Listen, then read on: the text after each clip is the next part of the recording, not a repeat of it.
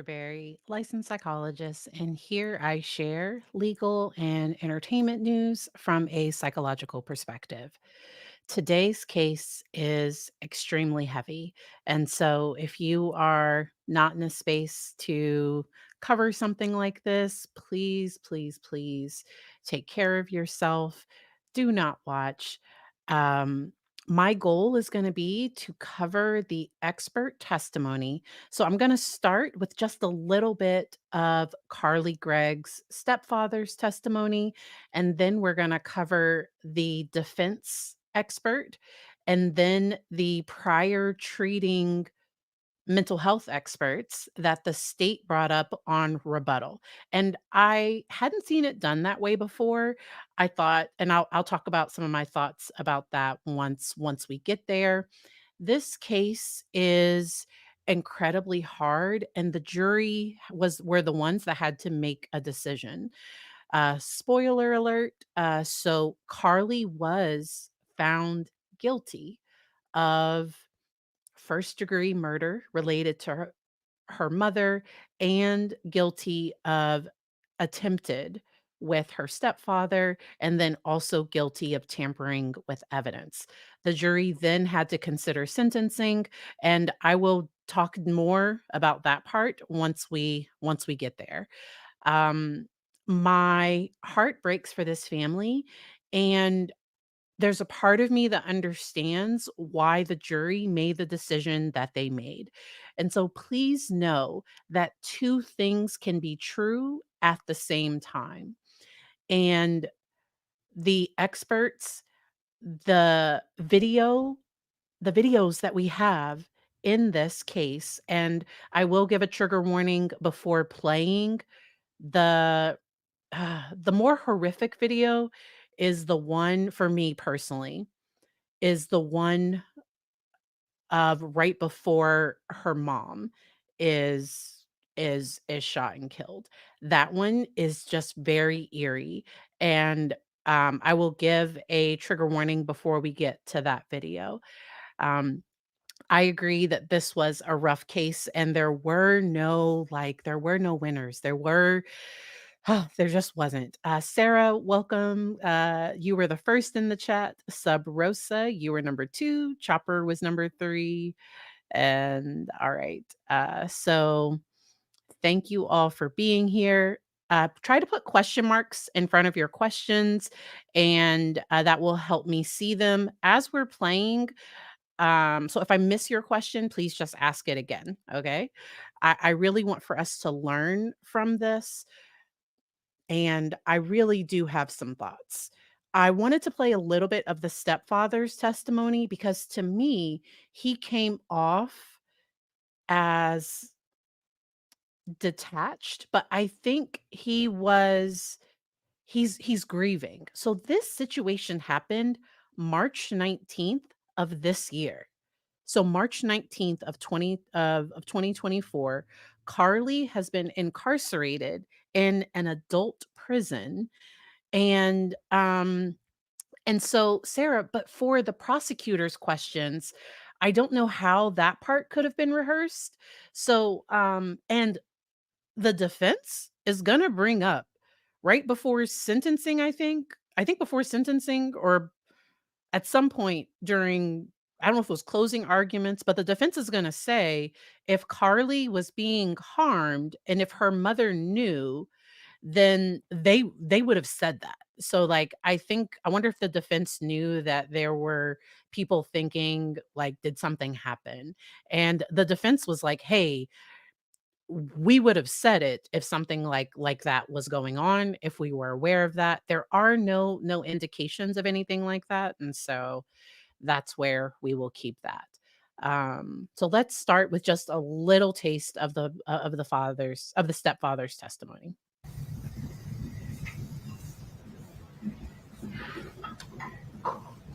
When's the last time um, that you saw your wife alive? Pete? That's the morning of the 19th. Can you tell the ladies and gentlemen kind of how that morning went? Every So for anyone that did not fully follow this case, This is Carly's stepfather, and he is saying that he supports her, he wants her to come home. They believe that this was a psychotic episode. They do not believe that she continues to be a risk because the judge set bail at $1 million. So she was unable to be released from jail because they wanted the judge to lower bail so that she could come home and not be in isolation within the adult prison because she was 14 years old at the time of the incident. She is 15 years old now. Things seemed just as normal as ever. She got up and went to work just like always. She would fix tea or something in the morning and get in the car and take off. Nothing seemed unusual at all.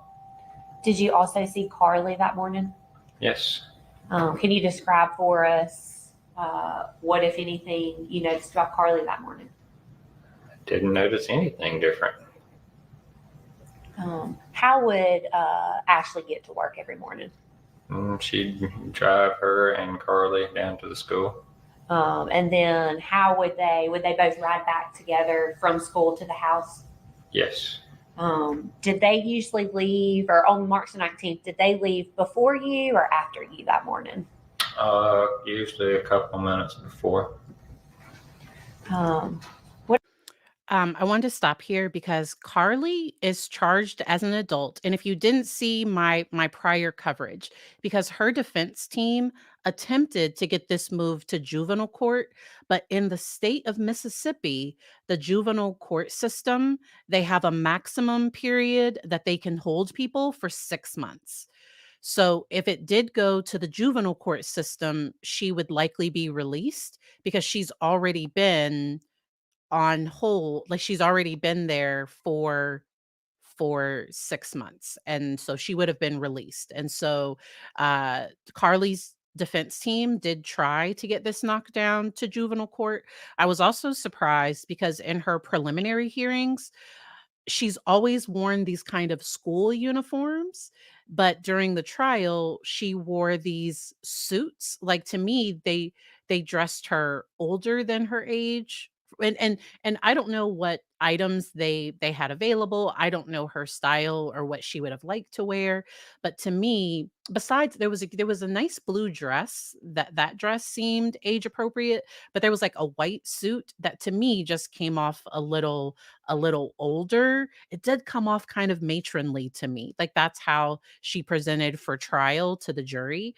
But in every other time before this, she had presented younger, almost like 11 or 12, because they had her in these kind of school uniforms. But that's when they were trying to get it placed back in juvenile court. Once the judge denied that, the judge was also frustrated with the defense because I think the defense missed some important deadlines of having their expert turn over his report. Like, so when you see the judge get upset during this trial, I don't have any clips because this isn't about the judge. If I do happen to play anything where, because he would kick the jury out, no, but like he would excuse the jury, and then he would get extremely frustrated if they were wasting time.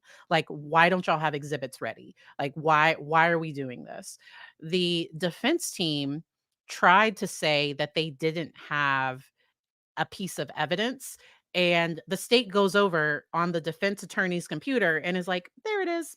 And the judge about lost it.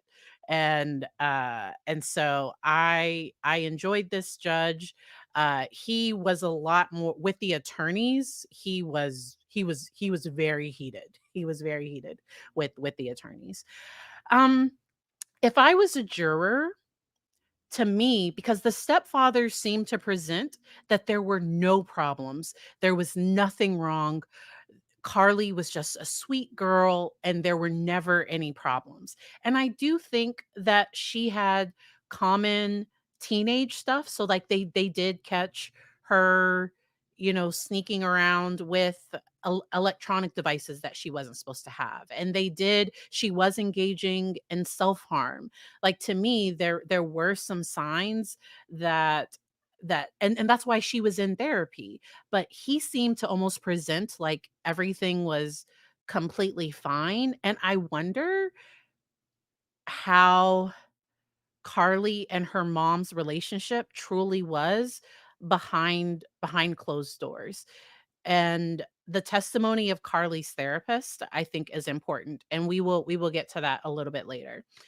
Tommy Ross, welcome, welcome. Is it common in other instances for defendants charged with this crime to not be tried as an adult? Are there specific criteria that have to be met, or is it just the nature of the offense? I think it's also what the juvenile system is able to offer. So there are people. So I'm in the state of Virginia. And if a 14-year-old did a similar crime and they decided to try them as a juvenile, in my state, I believe the juvenile courts could hold them until 21 years old. And then, but it would depend on how they were sentenced. It would just depend on some things. And so every state, their justice system works a little different. I do see her sentence potentially being overturned because there is a Miller rule. And I think the prosecution, in my personal opinion, took it a little bit too far, saying that if they didn't give her life in prison, that she could be out in a year. And I think realistically, I thought I heard the judge say it might be like 10 to 20 years. I don't. So that'll be for the appellate court. I could see her sentence being reduced to life with the possibility of parole. The state offered her 40 years, and they declined it. I think they thought they had a strong not guilty by reason of insanity case. To me, that video of her that I'm gonna show you all later, that video is very, very troubling.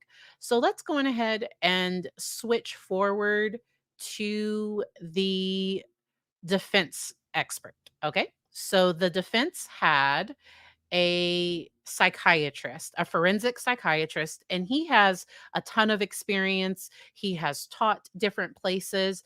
Their expert, I thought, came across very knowledgeable, and but he also said it wasn't the Lexapro. The change in medications, that alone can explain what happened. And even being in a psychotic state, legally. So that's where I really want us to listen to the fact.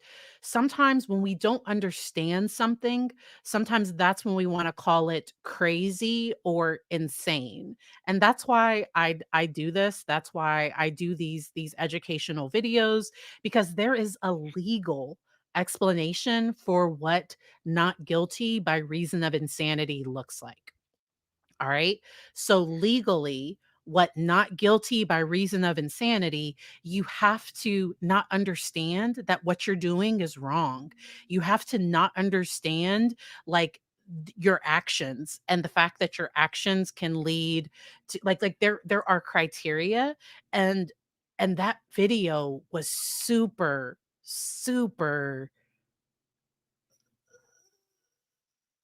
It was difficult, I think, for the defense to get past that video. They tried to claim dissociation, but if you're in a dissociative state, so I have worked with people that have been in a dissociative fugue where they do not remember what they did.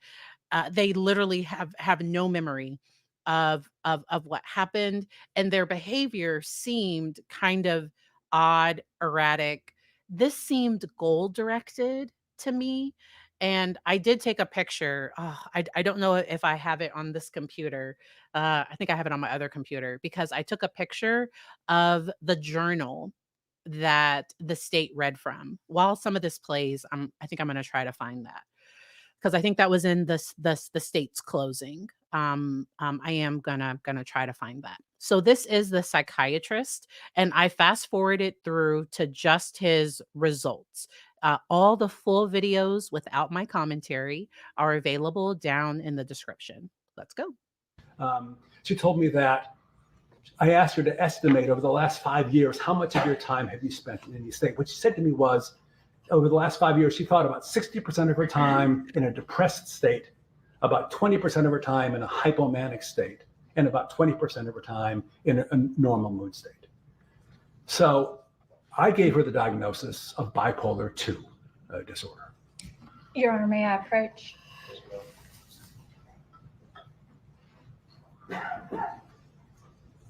And Dr. Clark, did you also review Carly's medical records from Precise Medical Clinic? I did.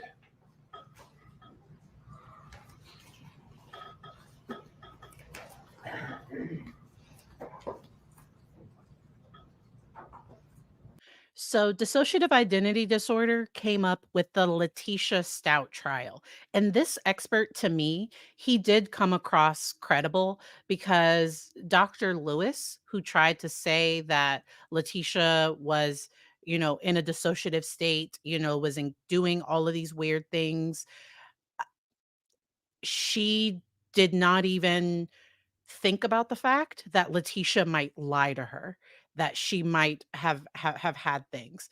Um, Excuse me. I During my graduate training, I was able to meet an individual with dissociative identity disorder, and that diagnosis, there are often, and at 14 years old, because I've also worked with teenagers that have severe dissociation that we were monitoring to see, are there any issues possibly coming up? That was never diagnosed here. So, uh, um, I don't even think this doctor diagnosed her with PTSD. I think the state's expert might have said a trauma and stressor related disorder. This doctor, from what I can remember, but we're about to watch. I do not believe that he diagnosed her with PTSD. My memory was he diagnosed her with bipolar 2, a psychotic disorder, and then dissociation. That's what I'm remembering. All right. So let's but dissociative identity disorder, there would be a true break with reality. Mm, I think it's hard. There are, I'm just going to say, parricide does happen. So it's rare. So it's very, very rare that children do this to their parents. It's very rare, but it does happen. In most cases, it's often males. And then it's also about access to unsecured weapons. And so that's where making sure, if you are a gun owner, making sure that you have a biometric safe, that you have, if you do have a safe with a key or numbers, that you make sure that it is locked away. It breaks my heart that the mother, because this is about Ashley, this is about Carly's mom and justice for her. That weapon that she had under her side of the bed was for Carly's dad. She was afraid that one day he might come and she might have to protect herself. I don't think the mom ever thought that her daughter could potentially do something like that. And I'll dig into that more when we talk about the therapist, because I think it came up with her treating therapist that there was this like sometimes Carly's mom would say that she was like her dad or something. Some things came up during this testimony. Um, all right, let's keep going. Gonna fast. So defendant's exhibit 19. And what records are those? These are the records from Precise Medical for Carly Gregg. Okay. And if you'll see at the very bottom, there's a little red state versus Carly Gregg. Yes. and with numbers. If you could, will you turn to page 761 in those records? Yes. And will you tell me what we're looking at on this page? Yes. What we're looking at is something that's called the modified mini screen, which appears to be a series of questions that were asked of Carly. I imagine, I would think, prior to her visit with the clinician. And what would be the purpose of having her fill out this mini screen? The purpose of these screens are to try to flag any possible problems. So it's also time saving. So you ask a number of questions to try to identify what might be the problem areas, and then presumably when the clinician sees the individual, they can focus in on those and ask follow-up questions. Is something that would typically be helpful for diagnostic reasons? Yeah, I'd say more than anything, it raises questions. It allows the clinician to kind of focus their interview questions. And could you read that first question for me? Question number 1 is, have you been consistently depressed or down most of the day, nearly every day for the past 2 weeks? And how did Carly answer that? Carly answered yes. And could you read question number 4 for me? Question number 4 was, in the past month, did you think that you would be better off dead or wish you were dead? And how did Carly respond to that? Carly answered yes. Will you read question number 5? Question number 5 says, have you ever had a period of time when you were feeling up, hyper, or so full of energy or full of yourself that you got into trouble, or that other people thought you were not your usual self? Parentheses, do not consider times when you were intoxicated on drugs or alcohol, end parentheses. How did Carly respond to that? Carly responded yes. Could you read question number 7? Question number 7 was, have you had one or more occasions when you felt intensely anxious, frightened, uncomfortable, or uneasy, even when most people would not feel that way? Did these intense feelings get to be their worst within 10 minutes? Parentheses, if the answer to both questions is yes, select yes, otherwise select no. How did Carly answer that question? Carly answered yes. And will you read question number 8 for me? Question number 8, do you feel anxious or uneasy in places or situations where you might have the panic-like symptoms we just spoke about? Or do you feel anxious or uneasy in situations where help might not be available or escape might be difficult? Examples, being in a crowd, standing in a line, being alone away from home or alone at home, crossing a bridge, traveling in a bus, train, or car. How did Carly answer that question? She answered yes. Could you read question number 9 for me? Question number 9, have you worried excessively or been anxious about several things over the past 6 months? And how did Carly answer that question?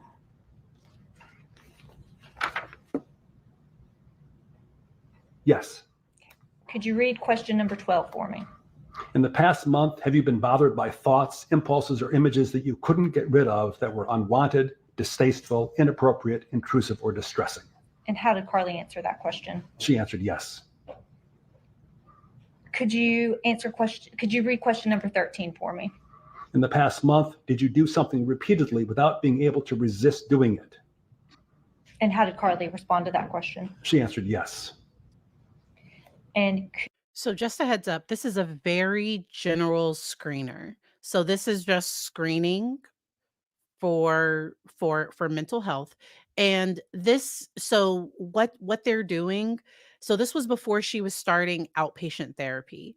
And this just gives a therapist a general idea, because saying yes to those questions could lead to many different diagnoses.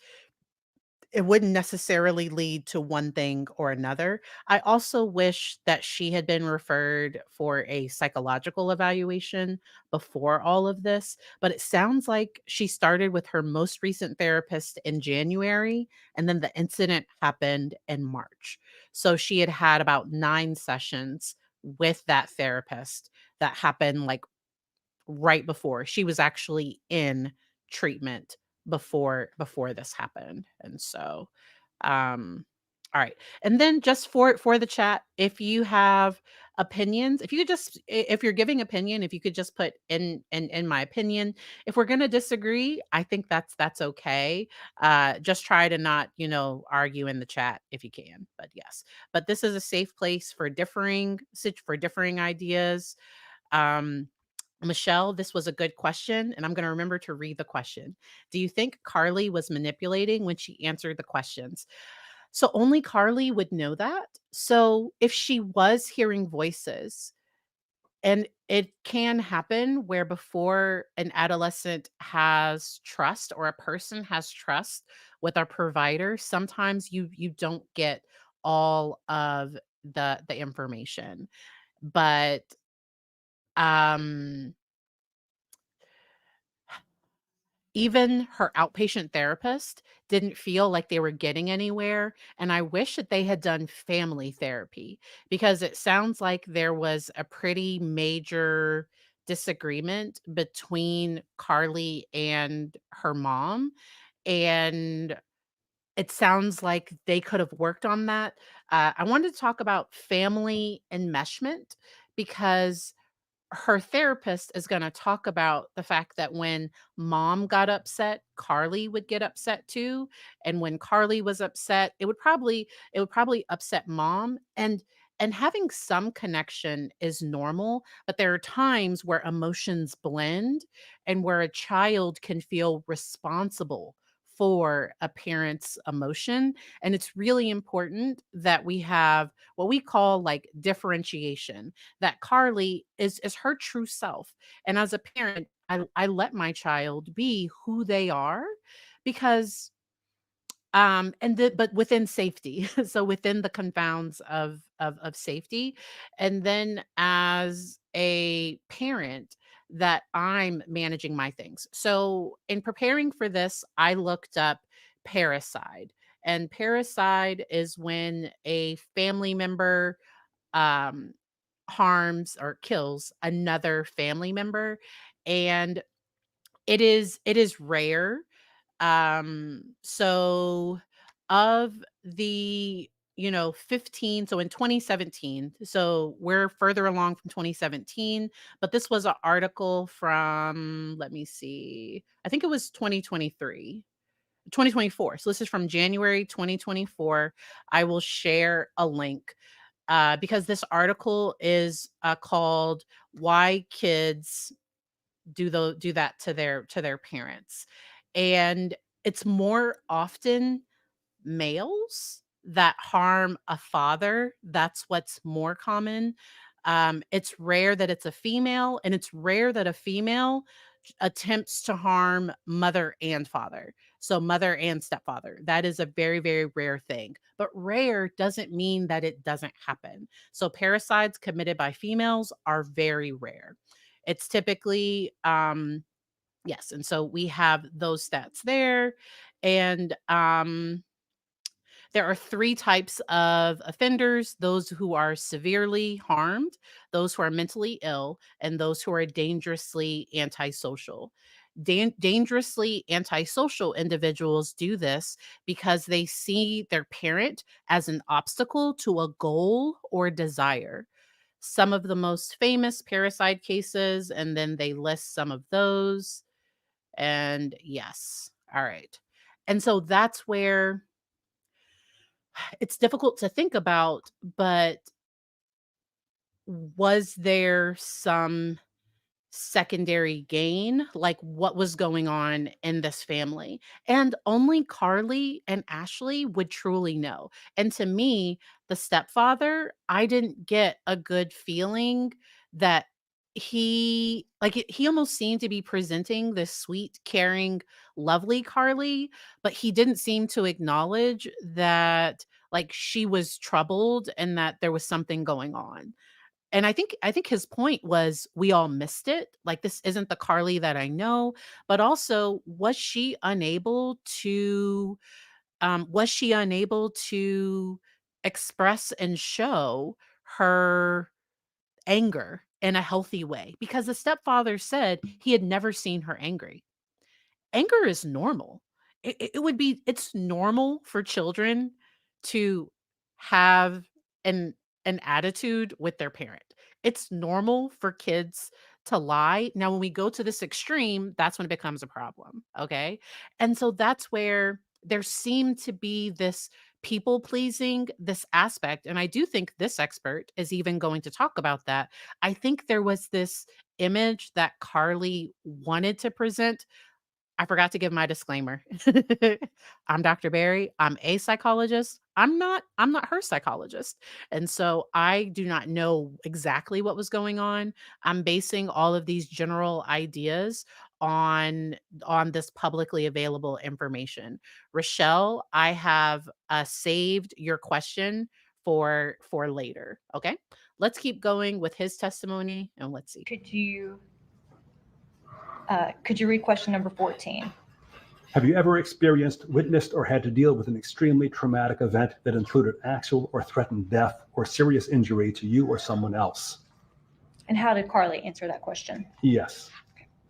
And what stood out to you in your review of precise medical records?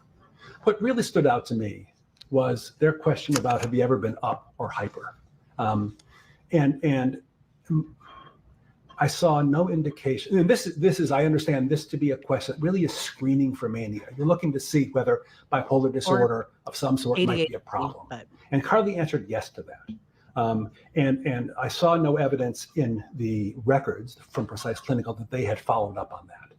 And they ended up not asking her about mania, according to their records, and prescribing her antidepressant medication, which in retrospect might not have been the best choice. How, based on your experience and expertise, how difficult is it to diagnose mental health issues in teenagers? sure. Well, it can be tricky for a couple of reasons. And one is that a lot of times teenagers are, if they have a mental health issue, it's just starting to come to fruition at this period of time. It can be a little hard to know. And there's a wide range of kind of normal teenage behavior, and teenagers aren't always terribly forthcoming to an adult. And so, you have to establish rapport, often get information from other places, and hopefully the teenager can open up to you. There's some things that are maybe easier to diagnose than others, but it's not always simple. Based on your experience and expertise, when you are having sessions with teenagers, how confidential are those sessions? It's mixed. What I always start out when I'm meeting with a teenager and talking about confidentiality. And I usually say to them, So I will tell you, for me, confidentiality in my sessions, if a client, so if I'm working with a 14-year-old and they tell me that they are doing something that does not cause imminent risk or imminent harm, we work on it, but I don't necessarily immediately run to their parents. Now, if a teenager tells me they're planning to run away, then I am going to, like, because that's a safety issue. But if a teenager tells me that they are engaging in protected intercourse or that they are um it just depends on the case. I try to give them a safe place from I try to give them a safe space where they can share those things. Um, but then if they tell me they want to harm themselves, if they want to harm somebody else. So if Carly had told her therapist that she was having thoughts of harming her mother, the therapist would have had to, number one, warn her mother, and they likely would have recommended, if she was having command auditory hallucinations, those are the ones that, as a psychologist and typically psychiatrist, those are the ones that raise alarm bells. I would they would immediately go to the ER for a inpatient evaluation. And she denied not only self-harm thoughts or thoughts of harming others, she also denied auditory and visual hallucinations.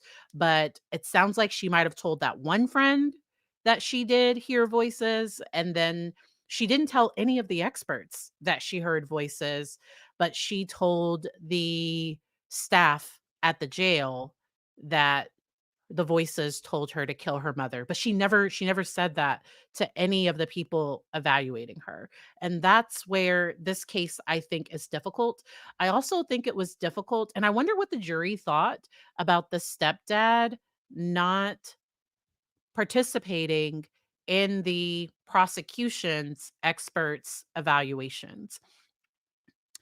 I if I was on the jury, that might have sent up a red flag for me, like, because he might have provided them with the information they needed to say, "Yes, she really was."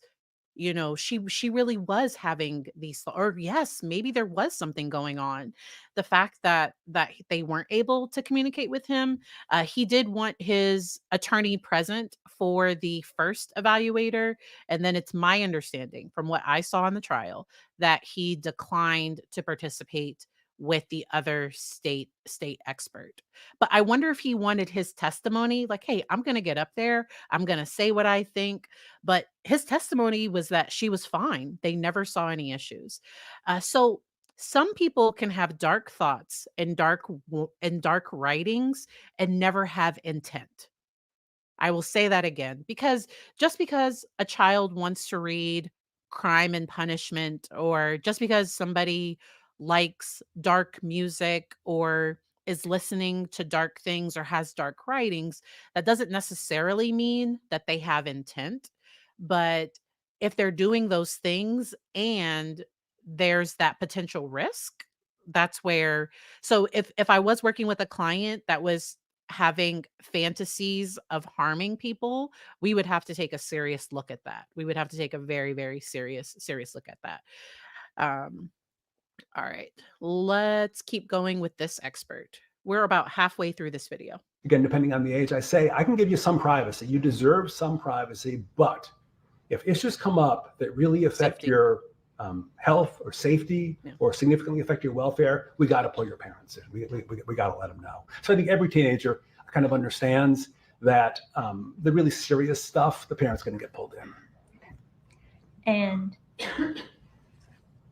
yeah, what, if any, concerns did Carly already have about having bipolar disorder?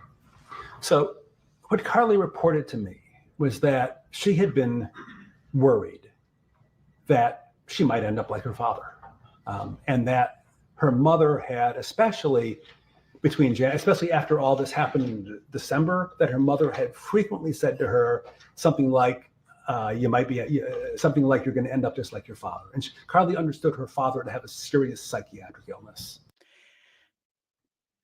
And something about Carly, like love, because I'm gonna read that journal entry later, and this is for education. If you have a difficult relationship, if a parent has their own trauma with the child's parent, you never say these things to that child. Never, ever, ever.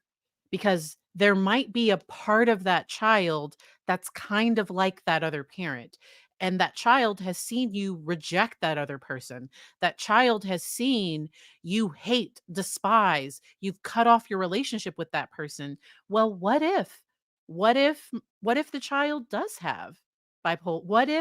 What if she is at risk of having a substance abuse problem? And so that's where that book, No Bad Parts. So there's a great book called No Bad Parts by Dick Schwartz. He's the leader with internal family systems. And that type of work can actually be really helpful for people that have some psychopathic like type traits, because it gives we can acknowledge that part of you, but then realize it's for protection, and then have you make decisions from your values and not from that hurt, broken space. So, yes, I believe Carly was a victim of childhood trauma. I believe that there were likely issues according the allegations. So, the birth father was not a part of any of these trials. The birth father was not a part of any of the evaluations. The birth father stayed away. And okay. So I don't know where, but from what was said about the birth father, I've worked with people that in my state, Virginia, they often want children to have a relationship with their parent. And if that parent is smoking cannabis and the child's 14 in Virginia, and they're not driving, they're not doing anything unsafe, in my state, that child is probably still gonna have to see that other parent. Um, it can be really, really difficult. Um, let me see. I'm saving some of the questions because y'all know me and my ADHD. I can get way off topic really, really easily. So please know I am saving some questions for a little bit later because I want to stay on this topic of Carly possibly feeling and nothing, so nothing justifies murder, okay? Like, so as a clinical psychologist, I try to understand why people do the things that they do. That's why I'm a clinical psychologist. I'm not a forensic psychologist. So forensic psychologists look at why people, do crimes. Like they dig a little deeper because they're claiming this is mental health. And what I see is a hurt, broken child that had a very um on the surface, it probably looked like she had a great relationship with her mom. I think there was a side of Carly that she was afraid to let her mother see. There might have been a side of her that was kind of dark. There might have been a side of her that was kind of like her dad. And that's where I think family therapy might have been really helpful. And to have a safe space to be able to talk about those things. But all right, let's keep going with this. So Carly reported to me that she really wasn't worried that she might have a serious psychiatric illness. Did Carly see her father as a successful person? No. Based on your experience and expertise, Let's also remember, to my knowledge, the father didn't unalive anyone, to my knowledge. Now, it does sound like he was there was some DV and things, but yes. what would motivate someone to not be forthcoming with their doctor?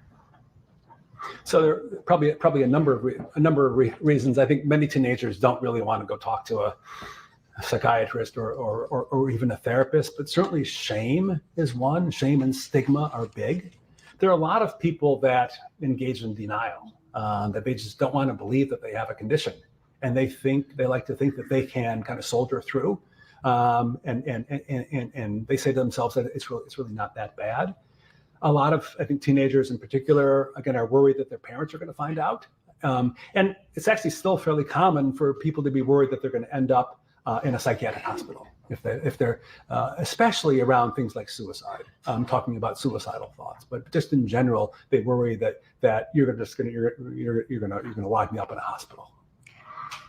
Based on your experience and expertise, how common is it for people to be afraid of receiving a mental health diagnosis? It happen. I think it can be very difficult for people. I think especially, depression doesn't quite have that same punch, but bipolar disorder, for example, or certainly anytime you talk about psychosis, I think it's a very big deal for most people to try to come to terms with that, because they worry, understandably, about what it means, what the future might hold for them. Based on your evaluation of Carly and your interview with her and the records you reviewed, how could Carly be experiencing these significant symptoms of mental illness, but her parents not know and they live with her and see her every day? So I'll say maybe two things. I think one is, I think many teenagers are pretty good at hiding things from their parents. And it's a skill that most teenagers develop. And especially, if a teenager spends a lot of time in their bedroom, for example, they may not see a lot of their parents. And the second thing is, I think Carly has said to me, and she has said to others, that she's really pretty good at putting on a face, that she's able to put on a good face even when things are quite difficult. And I think I saw evidence of that in reviewing the records. All right. You are in Ooh, that went right ahead to the next one. I want to talk about the experts from the two former treating mental health experts.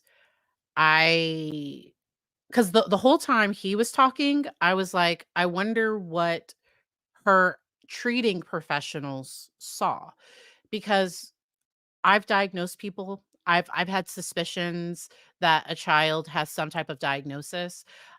On the first session, sometimes I've recommended that somebody get a psychological evaluation. Sometimes after 4 to 5 sessions or after maybe a few months of treatment, we've decided, okay, let's go on ahead and get a psychological evaluation because I think there's something else here. Like, I know y'all were referred for anxiety, but I just want to rule out ADHD. I know y'all came in for trauma, but there might be a mood disorder as well. And so, being able to refer out, being able to get people into other care, I think the fact that her prior treating professionals that saw her did not see signs of significant mental health, I wonder if that had a impact on the jury, and also an impact on if they thought how amenable to treatment she might be in the future. I also wonder because it's that none of the minor testimony, so some of her peers testified, and when they testified, one of them who still had contact with her on the phone, I want to say it was SK, one of them talked about that she hadn't really shown remorse for what happened. I wonder if some of that stayed with the jury. So the times I saw emotion from Carly was when she had to listen to the 911 video of her that her stepfather made. Also when she had to um during certain testimony, it's let me know in the chat if y'all saw grief for her mom. And because this is what I kind of saw. I saw more. I don't think she thought she would be found guilty. I think she thought that she was going to be seen as not guilty by reason of I didn't see remorse for her mom. She did seem to love and care about her stepfather. I didn't see remorse. Me personally, I didn't see it. I didn't see it. And so, the earrings are from Amazon, and I have them linked in my Amazon list. Let me go to Amazon. I think if that does it. I have some commands, it does stuff. Let's let's listen to her former therapist. Please be prepared because this is a therapist's worst nightmare. Okay? Uh for a active client to harm themselves, to harm someone else, this is your because you want to you do this work so that people don't do these things. And so she does have she will show I think appropriate emotion. I have been on the stand before and like a little cuz it was a very difficult case and a tear. I really cared for the client.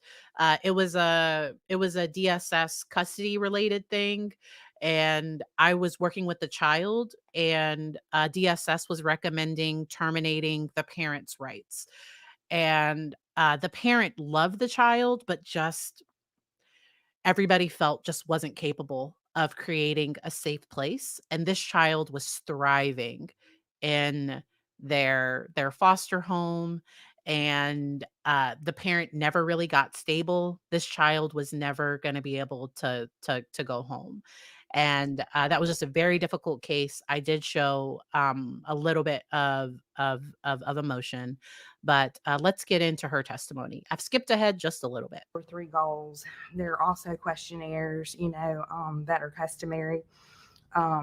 Is it helpful for me to describe what's on this last page or no? Sure. You'll just tell us. Let me take a step back. Sure. Captions are not available on this one. I don't know why, but captions aren't available on this one.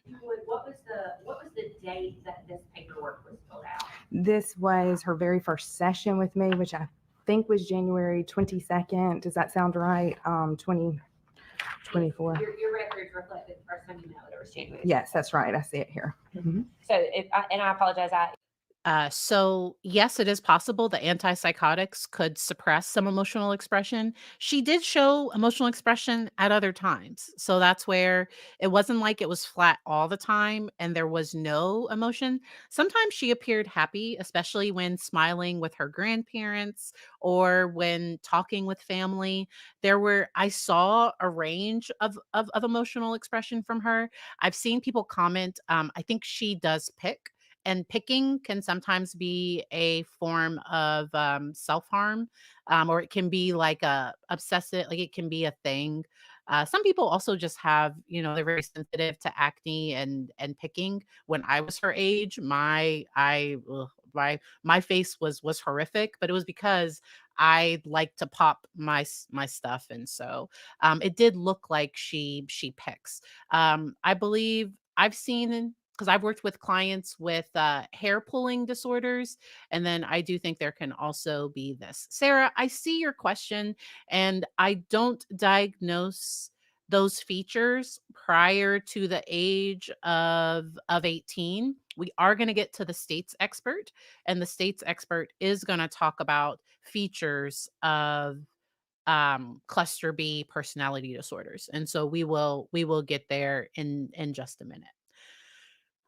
Interrupted you a little bit. Yes, if you'll just tell us sort of what this handwritten note reflects and kind of talk us through that first visit with Ashley and Carly.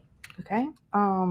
So the first note that I have was completed, or the first set of goals on that last page of the intake form says, by Ashley, she wants to feel better about herself.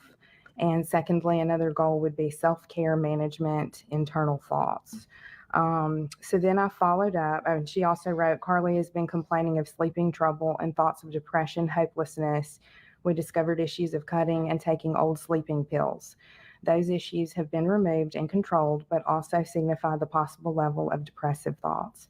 So then I would continue to just question Ashley Smiley, and wrote down on the same sheet some of the answers she gave me. And then I met with Carly the same session and added to some of that information on the same page that Carly, based on talking to Carly. I want to talk to you kind of down at the bottom of that page, Rebecca. There's some things. It's kind of almost like a checklist. This actually says checklist of current functioning. And then somebody has marked easily angered. Do you know, is that something that you would have done, or that either Ashley or Carly did? Either Ashley or Carly, and I would assume it would have been Ashley, but then I confirmed and went over it verbally with Carly as well. So they both reported that she was easily angered. Yes. It does say that she has intrusive or disturbing thoughts. Did y'all talk about what that meant? Yes.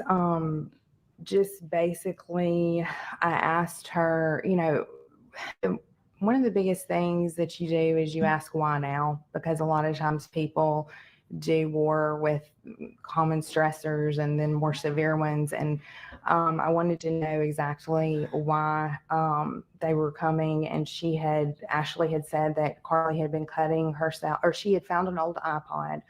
And in that old iPod, Trigger warnings for eating and for self-harm, and so trigger warnings. she found out that Carly had been cutting herself for some time, and she also described some dark thoughts. And so I tried to kind of get to the bottom of what that was, thinking that they were, representative there by that check mark of has intrusive, disrupting thoughts. And at some point they talk about, you have notes, and it looks like they mentioned that Carly has trouble going to sleep at night. That's right. And that seemed to be a big deal to her, the sleep issue. When you're treating a client, how important is it that you're getting accurate information from them? Extremely. Again, that trust is so important. And so If you're not receiving the correct information, you can't see the whole picture. So you can't really treat the person in the appropriate ways, tailored for them. We talked about that you had a meeting with Ashley and that you met with Carly. Who knows Carly better than herself? Yeah. No one, right? Right. So I want to ask you, Rebecca, on this first meeting, did Carly ever report to you any use of illegal drugs? No. Did she ever report to you that she was hearing voices of any sort? No. Did she ever report that she was having any sort of hallucinations? No.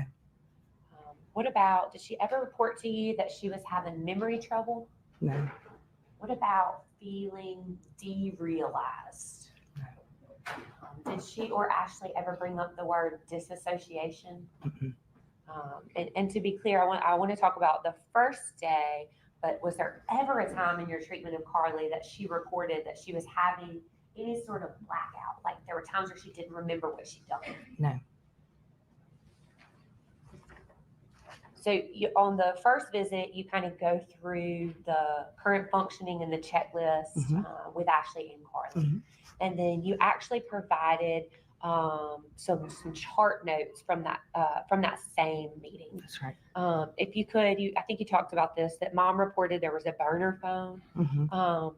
If you'll look down on page 2 of your records, it says mom was upset, she lied, and when she asked about the relationship. Is that something that Ashley conveyed to you, that she was upset Carly was lying to her? Yes. And then when you go down a little bit, there's a little bit of handwriting, and I think it says her bio dad. Correct. Who wrote that in the records? I did. It was a grammatical just edit for clarification. And to be clear, there's some other times in the Right. records that when you produce these, you went in and kind of wrote Yeah, things. because I want to be fully present, but I also want to take, records of what's going on for my need later to help her. See, it says that she was 4 when her parents separated due to, and you put his and then her bio dad's Also, trigger warning for child loss as well. pill, alcohol, and pot addiction.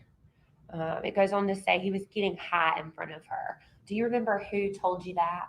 Yes, both of them did. Ashley actually kind of broke down teary-eyed in the session, which I inferred was what we all feel as parents, which we, feel, am I the best parent? She felt a little bit, I read and then told her, this is not your fault, because she had discovered that he had been doing that for quite some time before Carly told her.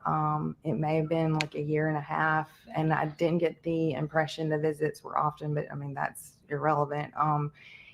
She, when she went, said that he would be high constantly in front of her. The back of my mind also wondered if CPS had ever, but it didn't matter because that would have been about dad. It wasn't about Carly, but like that was just in the back of my mind. I want to fill in the blanks and The drugs all around. And then when she did tell her mom, she stopped, the and then they dad. were in actually court, discussion with trying to terminate his rights, I guess, permanently. And that was actually going on while she was seeing me.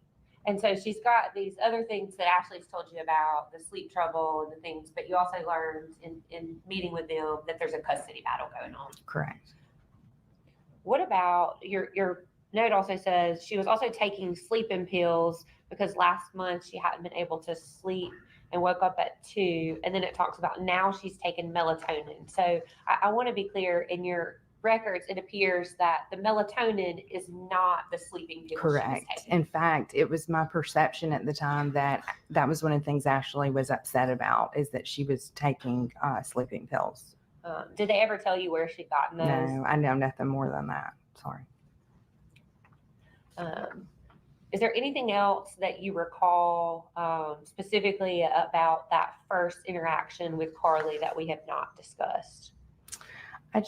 The whole impression of working with her overall seemed to me to center on what was making her cut, these dark, nights of the soul, so to speak, when she was, she reported having like existential thoughts about life and, the meaning and things like that.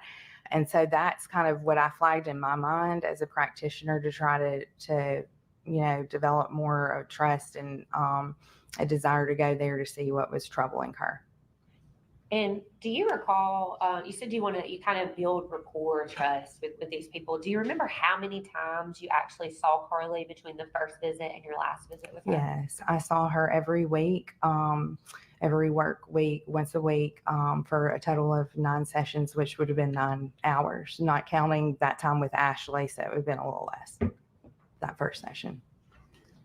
The next time you saw Carly in your records is from February the 2nd of 2024. Is that right?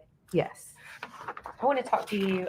It says persons in attendance, patient. So can you describe for us, what that means? I am trying to see where you are. Can you tell me what page you're on again? Yeah, sorry, page 4 of 24. Okay. And then about a little more than midway down on the bottom, it says persons in attendance. It says patient. Patient, right. What does She that was mean? she was the only one there from session 2 to session 9. I spoke and interacted with only her, with the exception of Ashley always brought her to her appointments. I don't think I think that's an accurate statement. I think her stepdad did come with Ashley maybe like once or twice. I know, like on Valentine's Day, for instance, they were together.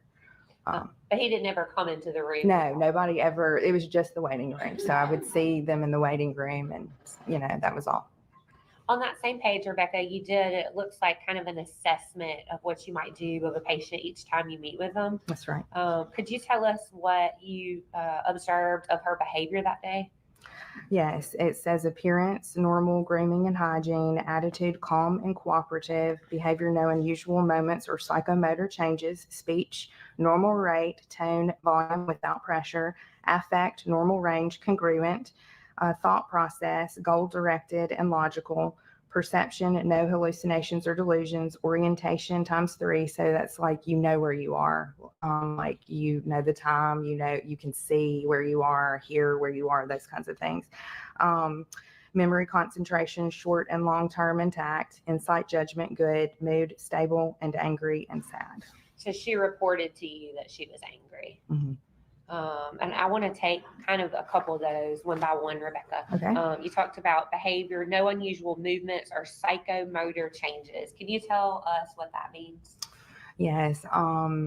Sometimes people are just very clearly on edge and they can't get to a calm place, and that's evidenced by a lot of movement in their chair or their body that's maybe not related to their emotional feeling of something they're describing necessarily, and then just like rapidity of speech, like very rapid, maybe loud speaking, things like that, maybe looking around a lot.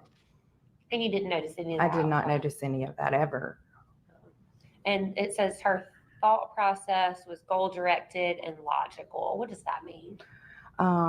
She was able to carry on a conversation coherently without distraction, and that would have been okay if she was distracted, but she's very gifted and very good with her words, and we discuss things in a normal manner. You said perception, no hallucinations or delusions. What does that mean?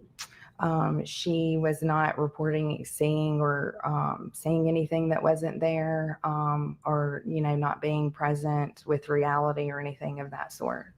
And what about her memory and concentration? What did you notice from that day in February the 2nd? Her short and long-term memory seemed fine to me. I want to talk to you about what your Real quick. I thought this testimony was really important to the jury, and that's why I'm taking time to watch this, because these are the individuals that saw her and were working with her.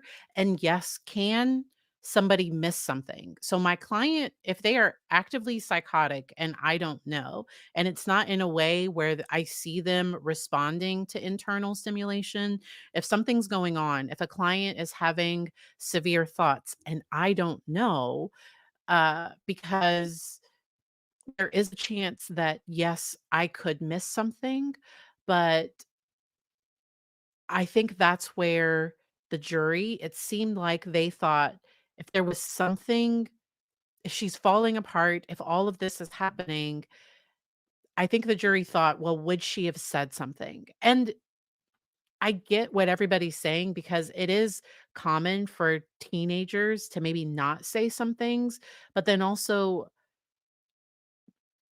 there are other red flags for me, and that's where I support the jury's decision. I do think maybe the state, because the state for sentencing, they said like if she has the possibility to get out, like she could end up in a school or in like I don't know if any of that I don't know. I don't know if on appeal if they will knock it down, but there was also no mitigating evidence presented on her behalf for that.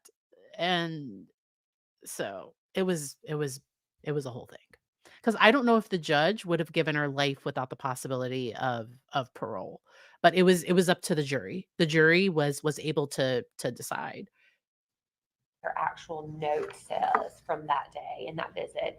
It says she's frustrated that her friends don't take school as seriously as she and loses her patience. Tell us what you meant when you wrote that. She she was gifted, as you know, I think is a clear fact. She really enjoyed school, and I taught her type of student for 14 years. And so she had like an excitement to talk about school. And she also, I thought that probably one of the things she was dealing with that was difficult for her was possibly that sometimes when you're so gifted and different from others in any way, it doesn't have to do with that. You might feel lonely and a little bit more isolated. So I kind of attributed it mentally. I made a mental note that that was probably a relation there. But she was just the patience part. She was just described like being frustrated with peers who were not as quick as she. And that she knew she could be a little rude with them. We also kind of talked about it's difficult when your mom maybe is a teacher too, because you appreciate good teachers and know how hard they work. So And Rebecca, your notes say that she's regretful when she snaps at them and hurts their feelings. So Carly was reporting to you that she's like snapped at some of the kids at school. yeah, and I did not get the impression it was in a violent way, but maybe like her temper, she knew that she was losing her patience with them. And later on, about midway, it says she gets angry at others sleeping through such good teaching. Yeah. That's kind of what you were talking Mhm. about, that she Yeah. recognized she had good teachers. Yeah. Um, Alright, and then they're gonna bring up the whole crime and punishment thing later, and that's fine. But pretty much this therapist is gonna say that she did not see signs of significant mental health. My bad, I skipped this one. So this is her psychiatric nurse practitioner. So let's do a little education real quick. In the United States, there are typically 2 types of individuals that can prescribe psychiatric medication, so psychiatric nurse practitioners, and then medical doctors, so psychiatrists or medical doctors. Sometimes a general medical doctor will prescribe ADHD medication or anxiety medication. If the case isn't more complex, sometimes a general medical doctor will oversee that medication because all MDs, all medical doctors receive that training. I am not aware of any medication that causes homicidal ideation. There are some that can trigger mania or that can trigger psychosis sometimes, but that's where you would stop the medication immediately. So those are rare things. That they are rare. No problem, Jade. If you need to come back later, or no problem if anybody is not able to watch this one. But I appreciated her testimony, and I like sometimes a psychiatric nurse practitioner sometimes has better bedside manner than a psychiatrist. I've had a lot of clients talk about not feeling like validated or seen, or they just felt like another number with their psychiatrist, and they had a better experience with psychiatric nurse practitioners. And so that's where I just wanted to explain that difference. I like nurse practitioners. I often, if my clients, um if they if they're open, because some people want to see the psychiatrist, but in my area, some of them don't have the best bedside manner. Like, I've been in appointments with clients with some of the people locally, and I'm a psychologist, and they weren't listening to my thoughts either. Like, I'm right there in the room. That's not everyone, that's just one particular person. I think they still practice. I'm gonna play. Okay. 2024. And prior to actually having an appointment with you and you being in the room with her, did she also fill out any paperwork or have any testing done? They are required to fill out intake paperwork that have a few screenings and just demographic information. Did you have Miss? Okay. So y'all know me. I think we can. So I'm gonna skip past a little bit of this. It says that about midway down, it says she's in the 10th grade at Northwest Rankin and she loves school and is the valedictorian. Yes. How did you get that information? I was mostly asking about school in regards to ADHD and ruling that out. And so I asked her how school was, and she said she loved it. She's a great student and she's a smart girl. Did she tell you that she was the valedictorian? Yes. Would it surprise you to learn she wasn't? No. Because I don't think that's an option. In the grade she was, I don't think they rank middle school students.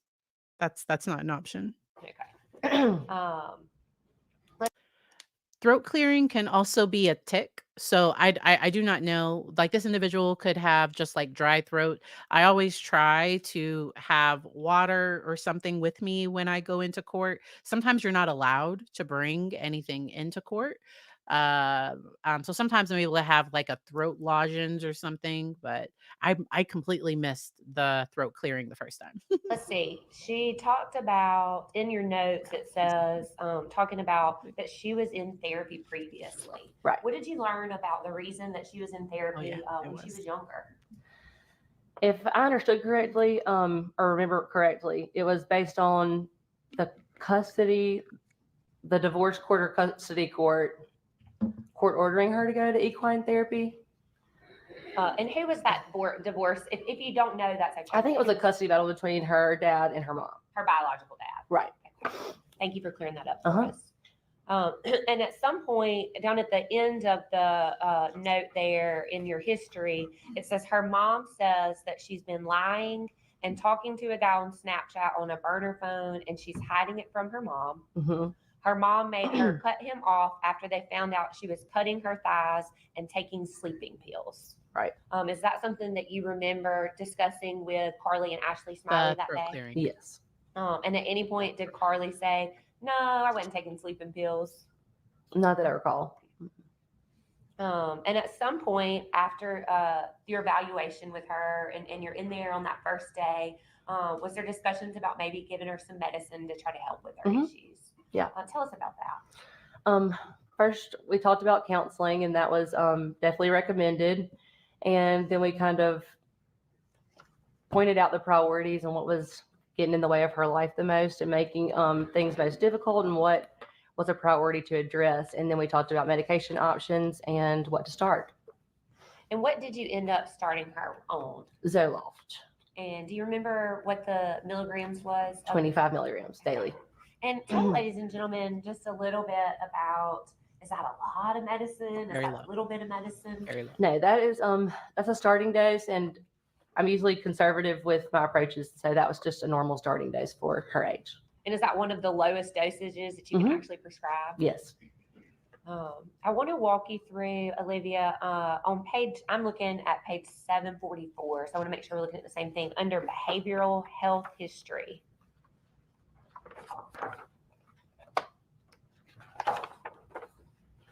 Which page was it? 744 down at the bottom right. I'm still in your January 15, 2024. Okay. One sec. I'm gonna fast forward. Do you remember them talking to you about that? Yes. Can you tell us a little bit more? After the equine therapy, she had tried other counselors that she wasn't necessarily happy with and stopped at some point. And actually, And I would have wanted more information for why counseling wasn't a good fit with some of the other providers, because sometimes treatment is terminated once you start pushing back on information or once you start trying to, get to the real issue. Sometimes that can be uncomfortable. And so I would just be interested. I still think family therapy would have been helpful as well with Ashley and Carly. it says down there, subsequent providers appeared far less impactful as Carly grew disillusioned with the courts. Right. Were those your words or something that they told you? This portion was filled out by Ashley. Okay. Mhm. Thank you for that. Mhm. I want to take you to the next page where you talk about mental status exam and risk assessment. And if Okay. you could tell us what that is and what you're looking for. We're really just observing for any kind of abnormal behavior or things that stand out, like memory, attention span. They articulate well, if they're cooperative, and then mood, affect, if their judgment is sound, and if they have any presence of psychosis, hallucinations, delusions. So I want to walk you through a couple of those for Carly on January the 15th. Okay. What did you report her psychomotor behavior to be? Well coordinated, which is normal. What about her speech? Normal rate and volume. She wasn't talking really fast or really loud. And that would normally be a sign of hypomania or mania. So there was a great question about serotonin syndrome. And so she was only on Lexapro for maybe 4 days, and maybe 4 or 5 days. And the other medication, because I think she switched from, my brain forgets, but she switched from one SSRI to a different one, and her doses were still really low. And even the defense expert did not feel that medication or withdrawal or anything like that played a significant role. More typical side effects of discontinuing a medication immediately are things like brain zaps, are like it would be different. It wouldn't be something like this. I'm going to go on ahead and tell y'all a part of my opinion now, what I personally think. And just from watching everything, from watching the parts of the trial that I was able to, what seems to have happened is Ashley was probably mad. I wonder what happened. So Carly's friends went to her mom to tell her that she was using cannabis. And I think one of Ashley's biggest fears is Carly turning into her dad. And we see the video, like they don't seem to be like they're not yelling and screaming at each other. Like they're not doing any of those things. But as soon as Ashley gets home, she heads straight for she goes to Carly's room, and the prosecution suspects that she found the weed pens, or that she found the vapes that had the cannabis in it, and she was taking those out of Carly's room. And so Carly's taking out the dogs. We're gonna watch that video after the next expert. Okay, so we're gonna watch that video. There are children that have access to a weapon that have harmed a parent when they took away their video game, or when they, like, teens are not logical. Like, and I believe there were reports from a friend that she had been talking about having certain thoughts for a while. I wasn't able to hear that person's testimony, so I don't know about that. It didn't look like a person who snapped, though. It looked thought out, and we'll cover that part. But I just wonder if the mom's fear of her turning into her dad and then finding out that she's using cannabis, which, to cope with her anxiety for whatever reasons she's using it. And then Carly does what she did. Like, I don't know. I don't know. What about when you go to her about her cognitive abilities on that day? Can you describe, for ladies and gentlemen, what you said about her attention span and concentration? They were all within normal limits. Her orientation to time, place, and person. She was oriented to all. And so, what does that mean? That she's aware of where she is, who she is, and the date and time and situation. What did Carly report regarding her recent memory, her ability to recall things? That it was within normal limits. And what about remote memory? So things that were not happening right at that moment, but kind of in the past. Same.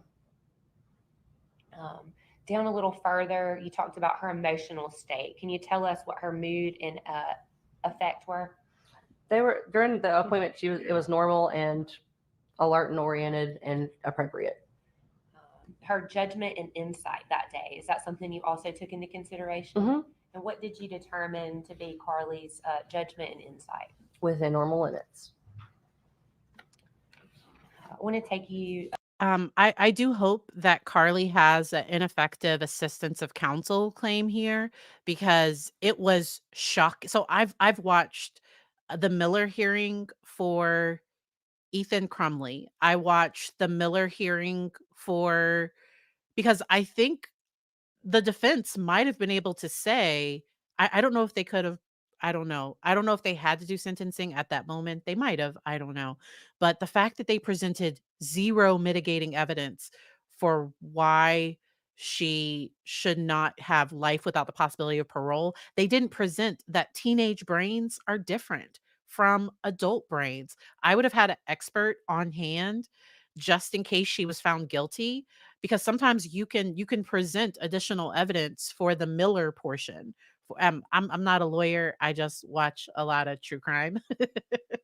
But I was so shocked that the defense said nothing, but like, besides, so they did present oral argument, but there was no mitigating evidence from a doctor saying teenage brains are different. This was one instance with family. Typically, people that do something like this, I,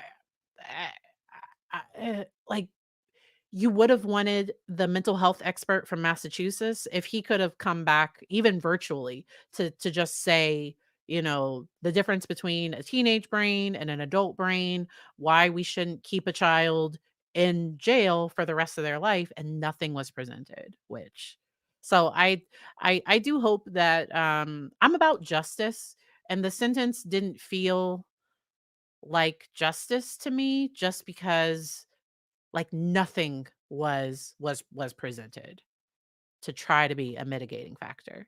Ethan Crumley's trying to fight his sentence, and I don't know that he'll get an appeal.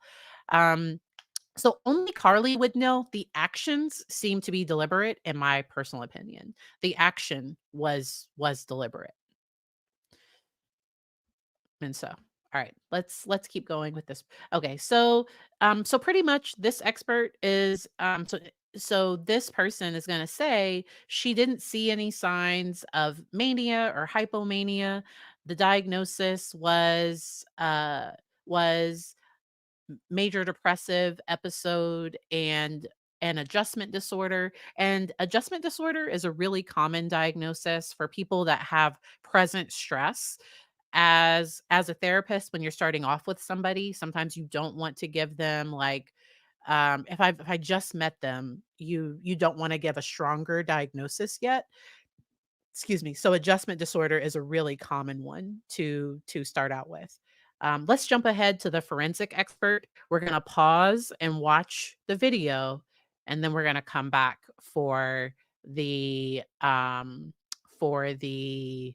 brain for the prosecution forensic psychiatrist. So this is a forensic psychologist who evaluated whether Carly was competent to stand trial. So competency to stand trial just means like, do you know who you are? Can you help your attorney, even if they have a mental health diagnosis? Like, are they connected to reality? And Carly was found competent to stand trial. Evaluator through the Mississippi Department of Mental Health. Yes. So the Department of Mental Health has a process where they train and credential psychologists or psychiatrists and psychiatrists to be forensic evaluators. So they are credentialed to do evaluations of competence to stand trial or mental state at the time of the alleged offense. Do you know how many of them are approved in the state currently? I'm not sure our current numbers. There are some that are approved who don't reside in Mississippi. They do telehealth evaluations. I think we have around 20 right now, maybe, but not all of them reside in Mississippi. And so that's 20 psychologists and psychiatrists that are have meet the qualifications for the mental. So sometimes I get bored and I go to the comments and then I have to pause. That's what we're here for. Y'all are here for the interruptions. So do I think she had any mental illness? Yes. I do think she had anxiety. I likely would have diagnosed a trauma stressor related disorder. So, and it sounded like she had a history of some intense sadness. So I like to narrow things down to the most important things. And so I do definitely think that yes, she did have a mental health diagnosis. Was she completely disconnected from reality to the point of not being able to understand that her actions were wrong? In my opinion, her behavior on the video and hiding the camera where we don't have video of her, of what happened with her stepfather, that is troubling to me. So, um, yes. Okay. So that's where we have to remember two things can be true at the same time. Somebody can have a mental illness and not be legally insane. And that's where, as a public, sometimes when things don't make sense, we want to try to like, because that's where it's like, oh, that's so, like we use the words crazy or insane, but that's, things like this do happen.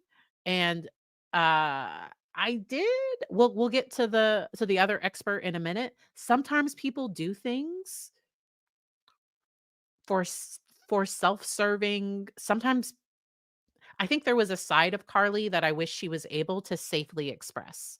And that's why I brought up that book, No Bad Parts, because I think there might have been a part of her that was struggling with some very deep, dark things that I think she held inside and turned into an action. And I try to find healthy ways to express that, healthy ways to talk about it and create safety where, yes. And that reminds me to make sure that with all my clients, if there are weapons in the home, once again, talk. And it's something that I do for my clients in crisis, but just for all clients, it's just always a great reminder, like keep, keep your weapons locked up. Please just do. Department of Health to do the evaluations. Yes, that meet the qualifications and have applied to do those. Do you belong to any sort of? I'm going to fast forward past this part. This is her history. About the court system and how that works to be able to appreciate the adversarial nature of the legal system and that they're able to assist their attorney in their defense. So competence really has to do with someone's mental functioning presently in the current moment. Sanity or mental state at the time of an alleged offense has to do with how someone was doing mentally at the time of an offense sometime in the past. So it's a retrospective evaluation where you're trying to figure out whether someone was so mentally ill that it impaired their ability to know the nature, quality, or wrongfulness of their alleged acts. And I want to talk to you a little bit about that. Is there a certain standard in the state of Mississippi that forensic psychiatrists and psychologists have to follow when rendering opinions about sanity? Yes. Could you tell the ladies and gentlemen about that? I think you sort of Yes. described that, but just want you to talk a little bit more about that.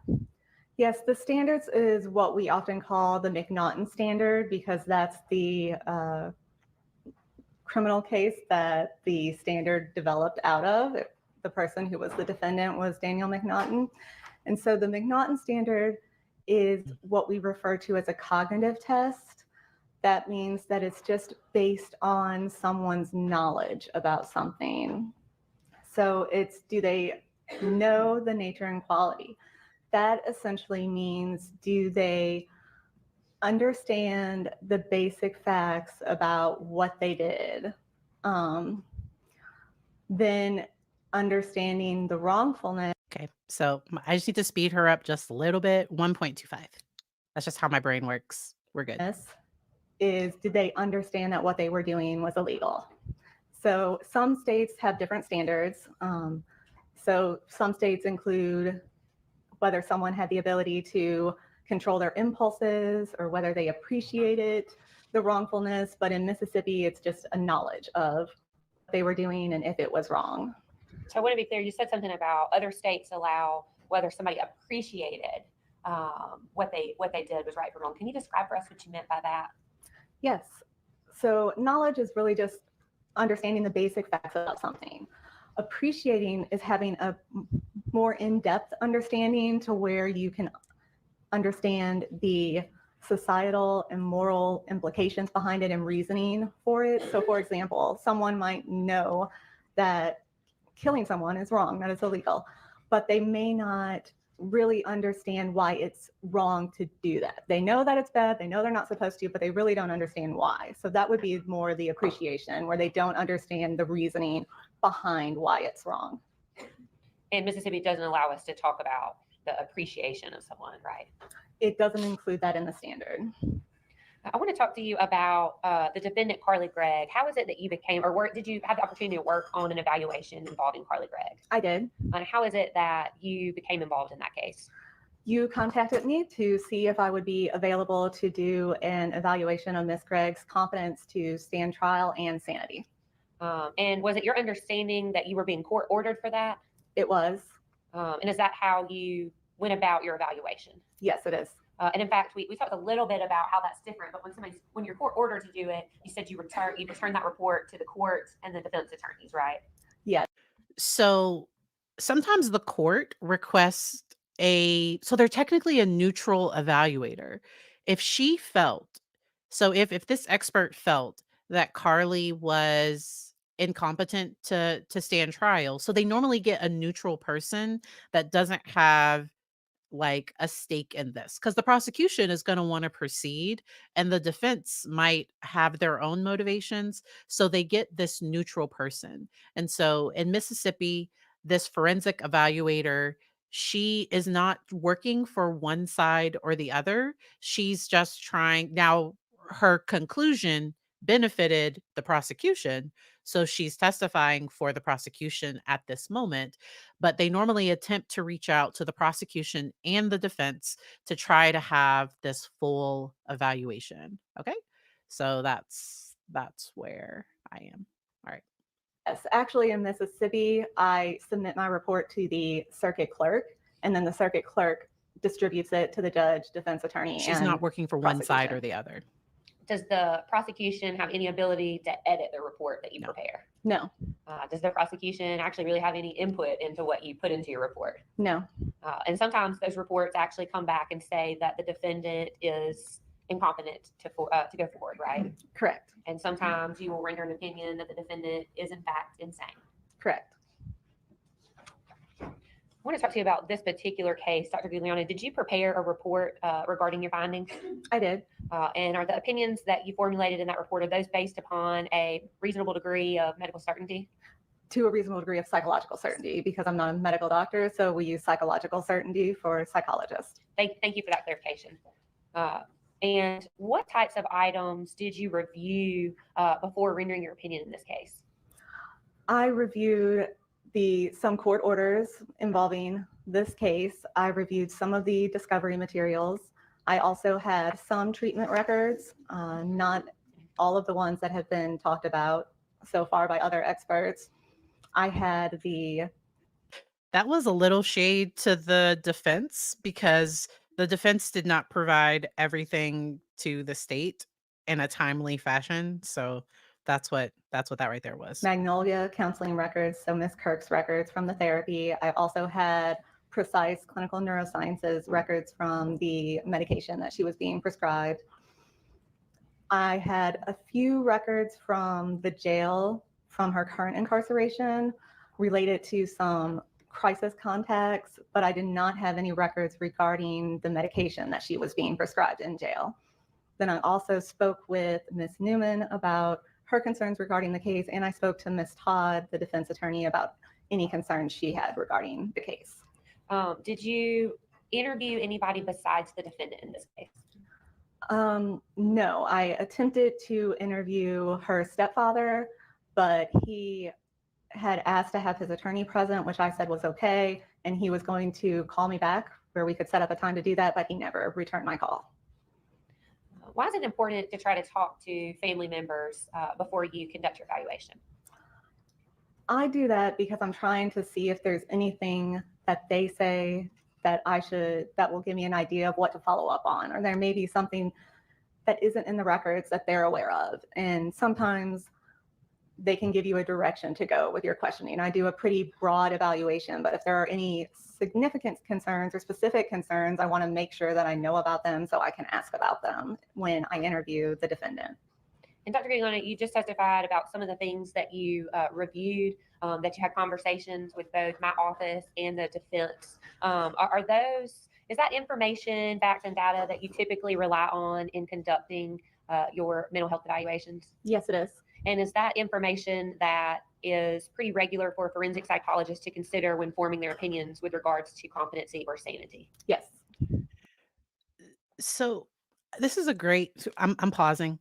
We're taking a little chat, but we're still on topic because stepdad did not seem to really have an understanding of what was going on with Carly. It was it was almost like he let his wife handle all of that.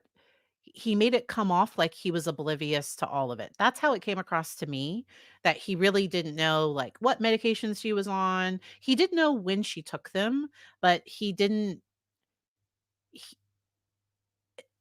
he didn't present like, he didn't talk about her being angry or any of those things. And so I don't know if she had a different relationship with her stepdad versus her mother, or if post trauma, post March 19th, if he's remembering like the pre March 19th Carly and trying his best to hold on to all the positive and not really seeing like and not really wanting to talk about anything else.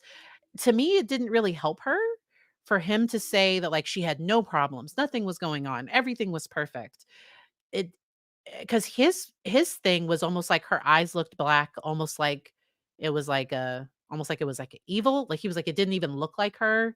That's kind of what he said. It's a whole thing. Uh, yeah. Alright, let's keep going. Did you actually have the opportunity to speak with Ms. Gregg? Yes, I did. Was that interview recorded? It was. Do you record all your interviews? Sure. I record most of them. There's a few times that I haven't for the federal courts because the attorneys have not wanted me to. And why is it that you record those interviews? I record them in case I need to refer back to my notes. I take notes while I'm. So this is because the defense expert did not record his interview. And then I also like to clarify, so I thought it was weird that the lawyer is there for the evaluation, but that's common and normal. Because I harped on that with Dr. Lewis too. But her lawyer, Letitia's lawyer was trying to interject and was trying to like, I don't know.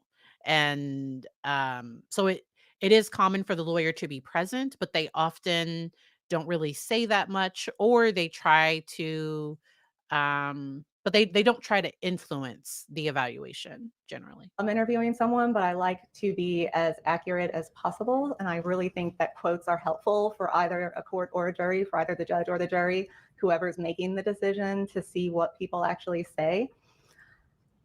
So I record it for my benefit, and then I also record it in case someone wants to get the recording so they can listen to it. I try to have transparency in my evaluations. I'm not trying to do anything that I wouldn't want recorded. So it's to help just confirm what I'm reporting in my report.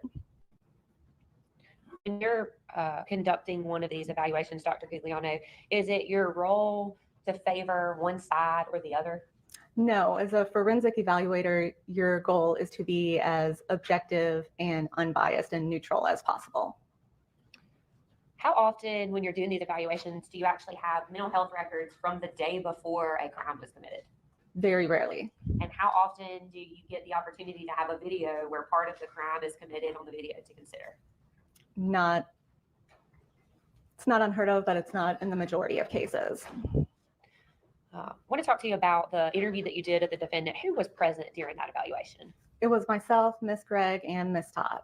And is it common in your practice for attorneys to be present during the evaluations? I wouldn't say that it's uncommon. It doesn't happen in the majority of cases, but it's not unusual.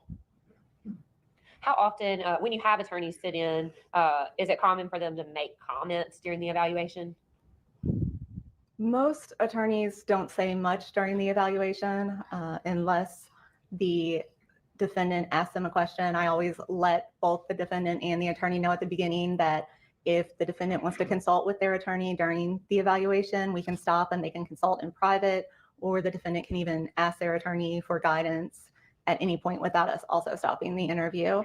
So it happens, but most of the time when it happens, it's the defendant who initiates the consult with the attorney in the moment.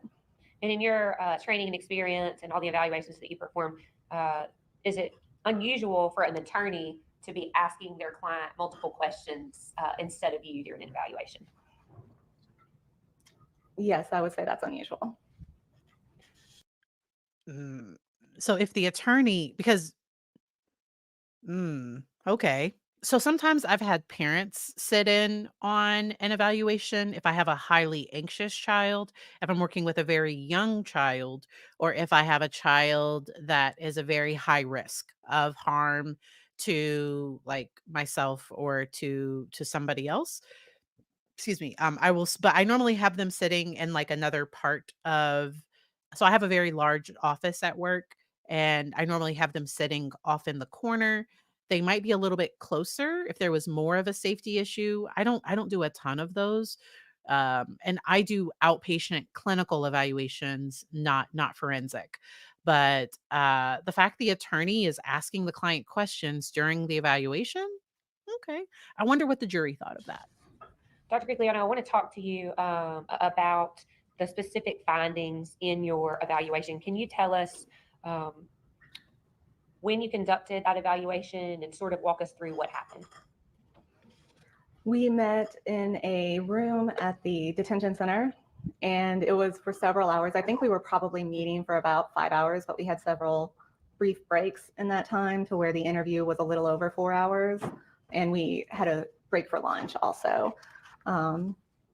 But essentially it was me asking the majority of the questions to Miss Gregg, and Miss Todd interjected at some points, but that was pretty much it. Were there things that Ms. Todd shared with you that were not provided to you in discovery? Yes. Is that typical in cases when you have evaluations? It's not unheard of. Miss Todd shared some things with me on the phone. I talked to her before I met with Miss Gregg to do the interview. So she had shared some things with me on the phone that I was not aware of at that point. And that's one of the reasons that I call attorneys, is to see if they have any information that may be helpful. And when they give you that information, you then try to follow up, get some sort of confirmation about those statements or what that information was? Yes. What, if anything, did Ms. Gregg tell you during your evaluation about the use of illegal drugs? She told me that she was smoking marijuana through a vape pen, and she denied any other illicit or illegal substance use. What did she tell you about abusing any other prescription medication? She didn't answer that question. And was that important to you? It's a regular question that I ask when doing an evaluation, both illegal drugs and prescription drugs or even over-the-counter medications can have impacts on someone's mental health or in their functioning. So I routinely ask those questions. And if someone were to have been on a prescription drug at the time of the crime, it would have been important for you to be able to explore that a little bit further, right?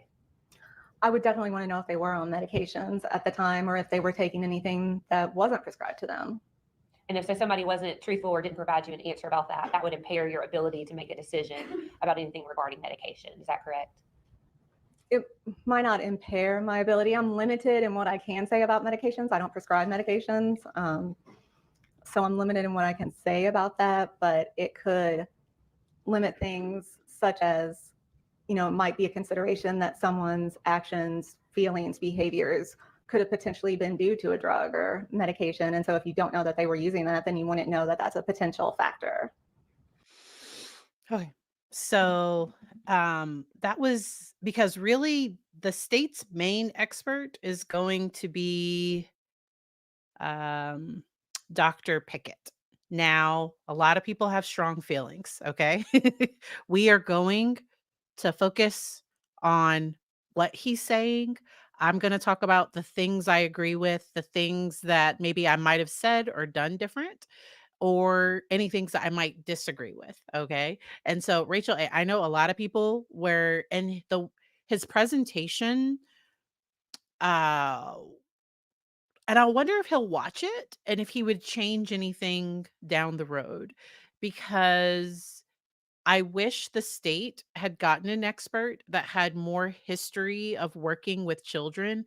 I agreed with a lot of his conclusions, but the way he said it was kind of off-putting, or some of the things that he said, s- some of the things Carly was doing was kind of normal teenage behavior. And so, like I said, if you need to stop, before I get to his, we need to watch the video, okay? All right. So this is going the footage from the incident. I am just going to play that part. I am finding it. I have too many tabs open. Not a sign of ADHD, but it is a thing. This video is chilling. It is problematic. If you want to come back in about 15 minutes, no, it's 3:05 my time, so about 20 after, we should be done with the videos, okay? So, let's go on ahead. This is all the trigger warnings. This is the video, Carly coming out of from taking out the dogs, and then this is the moments before she, shot her mom.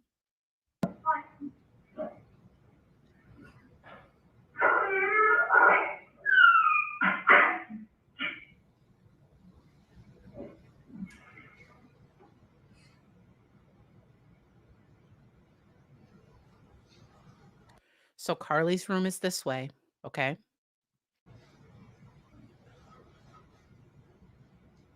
The gun is in mom's room on her side of the bed under the mattress.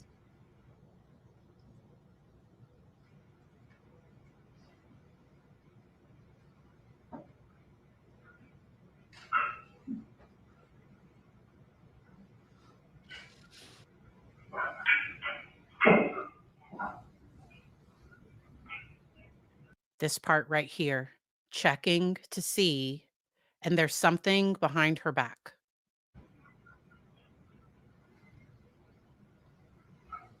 This is when it happens.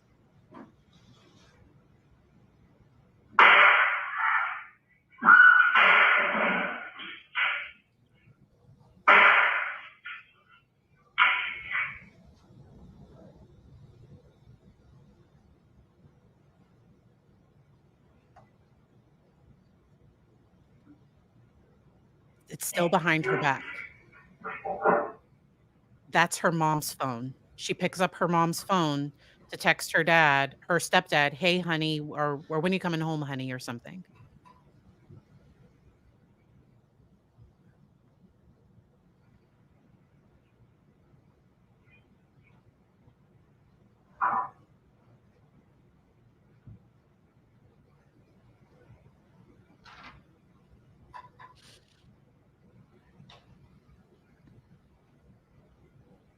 She's also texting a friend. She's also texting friends, "Hey."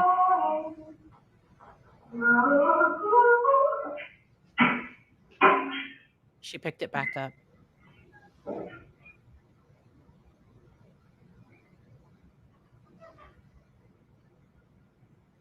So that the white phone might have actually been her phone. So that she might have picked up her phone and was texting the friends. That might have been her phone.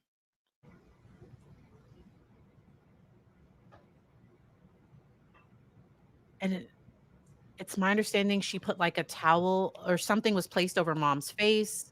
She was repositioned in there. She texts a friend, asks the friend, "Are you squeamish around dead bodies?" Took the friend to see, and then told the friend, I put 3 in my mom, and I have 3 more for my stepfather." And it sounds like he grabbed the weapon.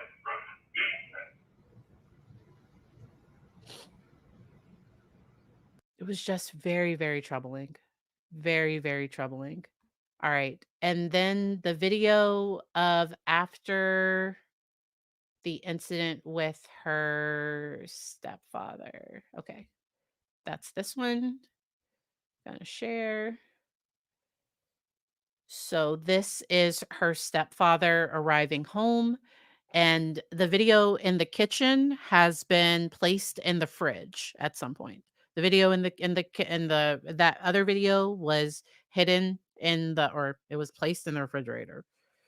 Um, so you're gonna see Carly run after he gets home. Just fast forwarding. Just the thing going up.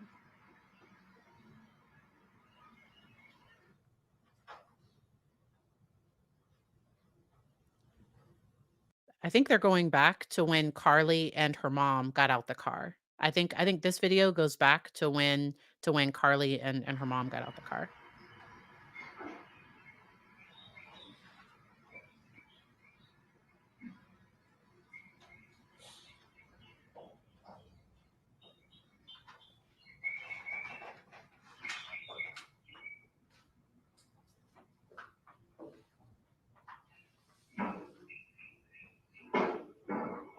Because that's what I mean by you don't hear arguing. Oh, no, this isn't. Yeah. Okay, so yeah, she must have been the front part.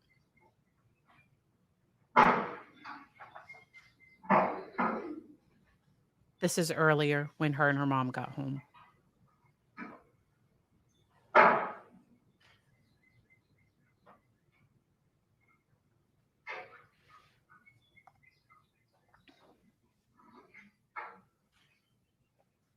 And then the next video, I believe, is gonna be stepdad's car coming in.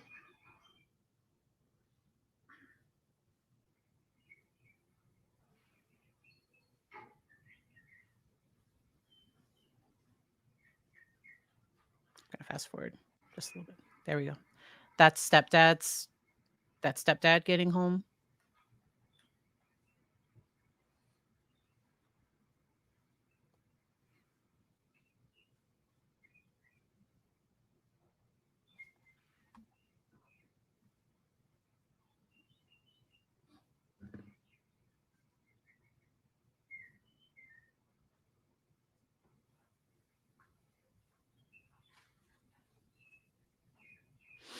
He has no clue.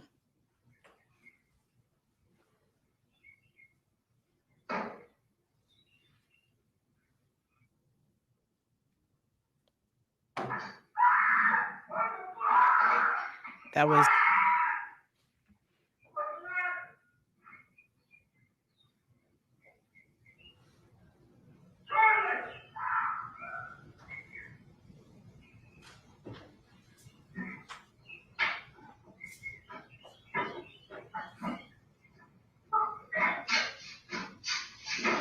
So then she hops over the fence and runs off. There's also a friend that was there that hopped over as well. But whew, y'all, let's take a minute. Let's take a minute because that's the video that I just couldn't get over. And so there were some good questions. Let me go to those questions because Jolly Rogers, you asked, do I think she's a psychopath? So one incident doesn't make a psychopath. So there would be a series of behaviors that would lead to that. Now,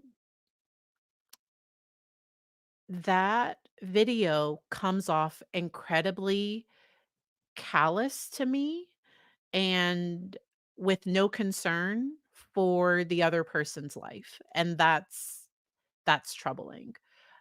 Someone asked, do I think Carly was parentified and enmeshed with her mother?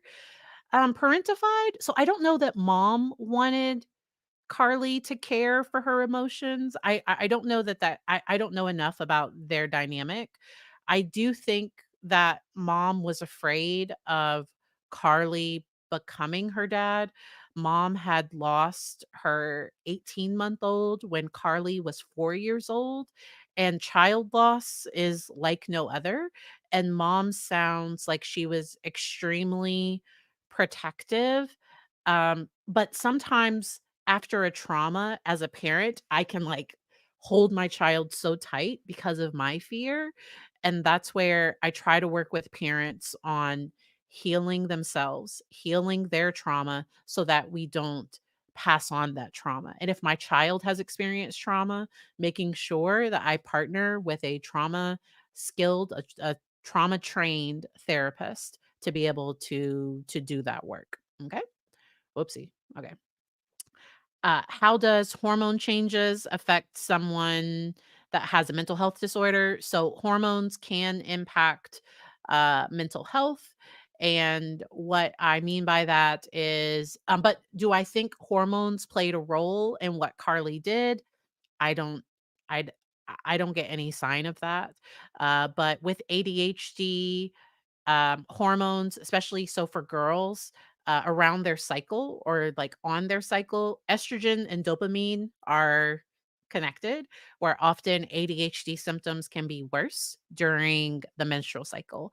With mood disorders, sometimes with hormones and mood, sometimes they can play off of each other. And I often refer people to their medical doctor because some of my clients have also had to go on. So we had to stabilize mood and we also had to stabilize like hormones as well. All right. Does Carly seem to have some ticks? Maybe it's soothing to her. And so she does like pop her neck. Um, I would have to watch again to see if I noticed any like ticks. So normally what I think of with ticks are a little bit different, but I didn't watch close enough honestly to be able to see that part. Um should maturity age be a bigger factor in sentencing? And so that's where you're talking about legislation changes and I like thank you. I think it was Alford, I'll have to correct your name later, but somebody put in the chat, and I highlighted it earlier, that the reason she was in seclusion now is because there wasn't a youthful section. There wasn't a youth offender section of the jail she was being held at, but now that she's gonna be transferred to prison, she will be in a program for youthful offenders. She will likely be able to access school. She'll likely have access to medication, therapy. It just depends on the jail. Every program is different. There are often many volunteer organizations that go in and offer programs to prisons at no cost, but and I do hope that she appeals her sentence because I think she should have the potential for parole. That's just my own personal thought. Now for Ethan Crumley, no.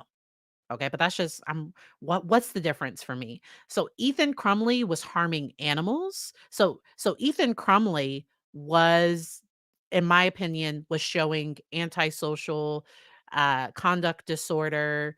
He had a history and pattern of of harming animals. I haven't heard of that with Carly. I don't know if it's there, but yeah. How is a 14-year-old's decision making different from an adult's? So the brain doesn't finish developing until about in the 20s. And for girls, I think it's between 21, 22. For boys, it can be up to 25. Now, we are still responsible for what we do.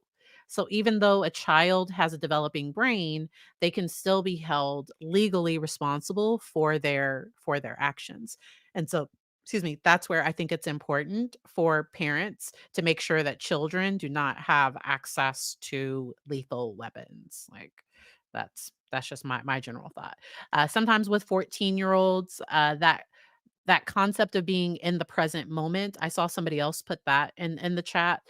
They're often connecting more with their peers and they care more about their peers, which is normal. So it's normal for 14 and 15-year-olds to start to kind of disconnect from their parents and connect more with their friends. That's a healthy, normal thing that they start to like, think their parents don't know anything, or to try to be sneaky and to get away with stuff. That is normal child behavior. But yeah.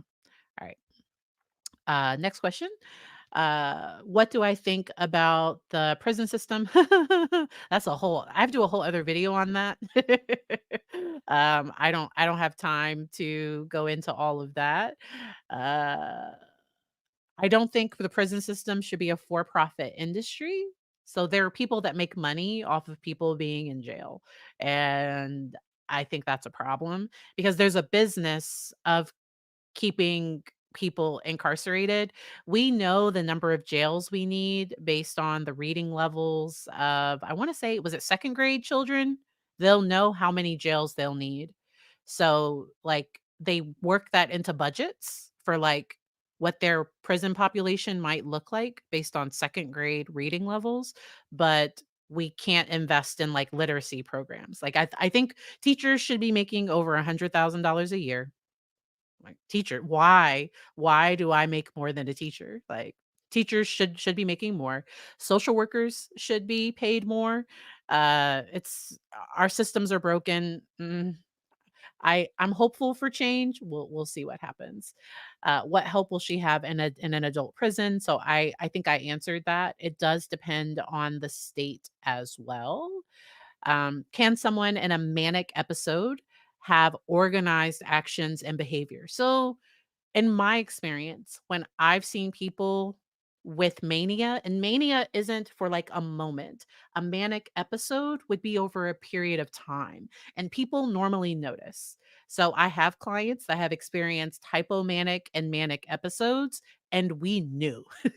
So, I saw it. Like, their behavior was extremely depressed for weeks, and then we had weeks of not sleeping at all. And I think this next expert is going to get into that, into what mania looks like.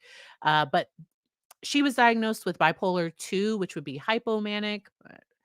But or was she just an irritable teen? So disruptive mood dysregulation disorder is a diagnosis to help prevent kids from being overdiagnosed with bipolar disorder. That was a whole thing from like the 90s to like the 2010s or so. Children were being overdiagnosed with pediatric bipolar that were just aggressive. They were placed on that so Abilify can be helpful for anger as well. So I've worked with clients with behavior disorders that were on Abilify. I'm not a psychiatrist. I know they were on those medications to help stabilize their behaviors. So there are lots of reasons why somebody can be placed on medication. But yeah.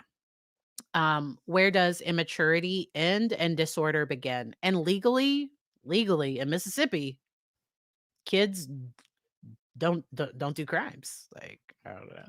Welcome, welcome. Thank you for the super chat. I really appreciate doing this type of analysis. Let's dive back into the expert testimony. Let me check the chat real quick because y'all know me and I can't. Yes, yes, yes, yes. Teachers, nurses, social workers, yes. Anyone else in the public should make more money. So I work for myself, so I do all right. But I accept insurance, so I wish insurance. So I have 2 insurance companies that pay me crap. Crap, crap, crap. I want to offer a service to my community. And so I accept insurance. I accept that rate. I asked for one of them from for an increase, and they like kicked me off their network for like 30 days. But or I missed an email to reauthorize. I don't know. Something happened. We worked it out, but our I don't think healthcare should be for profit. Are we getting on all the soapboxes today? I'm gonna have to label this in the like Patrice's soapbox. Not even Dr. Barry, just Patrice. These are my soapboxes.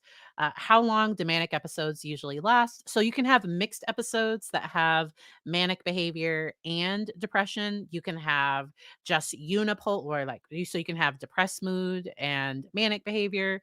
You can also have mania for it's normally days. So it's not like hours. So being upset that's triggered, that sounds more like a emotion dysregulation that would be more consistent with personality, or like with a skills deficit in emotion regulation. That's what that sounds more consistent like for me, but yeah. All right. Um all right. And so all right, let's go ahead and get into this next expert's testimony. Let's go.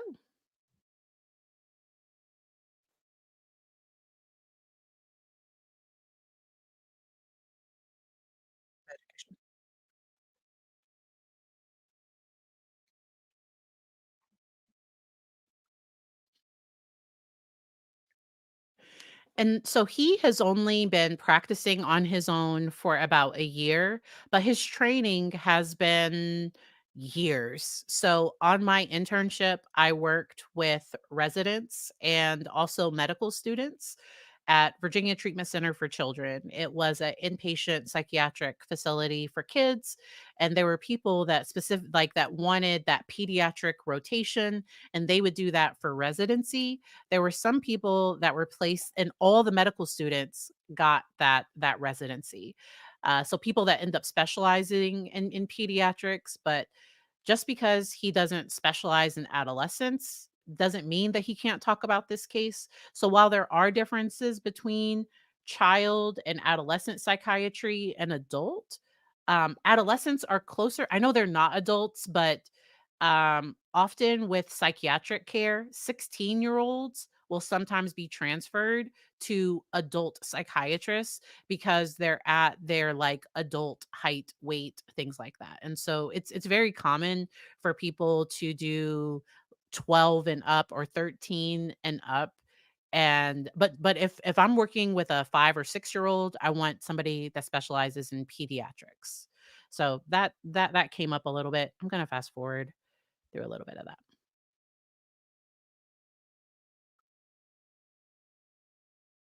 I'm gonna slow that down a little bit. We'll see how it goes at normal speed.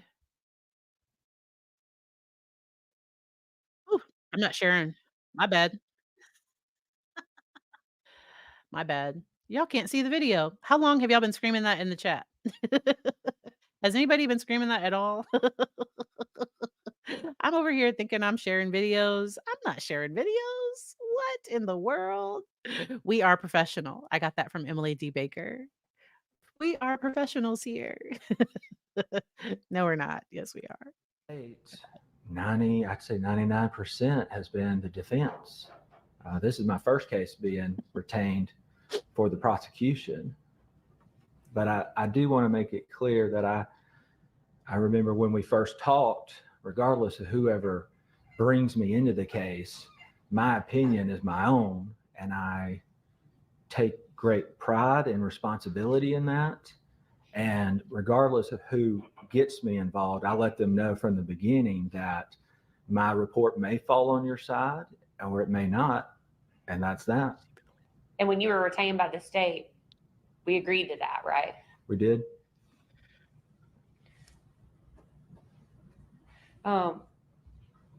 Can you explain, and I know you were present for Dr. Clark's testimony and that you were in the courtroom for Dr.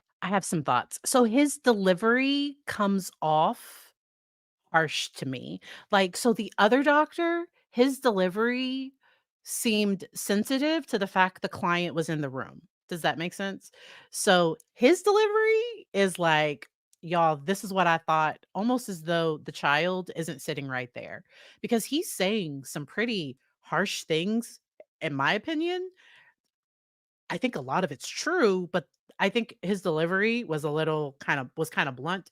And is the South used to this? Because like I know that he's it came off, but uh, and sometimes forensic experts do have that disconnection. The other therapist, no, the other psychiatrist, the defense expert, he came across warmer to me. I don't know. It's a whole thing. We're gonna keep going. Dr. Giuliano's testimony. I just want to make sure that we're talking about the same insanity standard. Can you describe for the ladies and gentlemen what the McNaughton standard is in the state of Mississippi?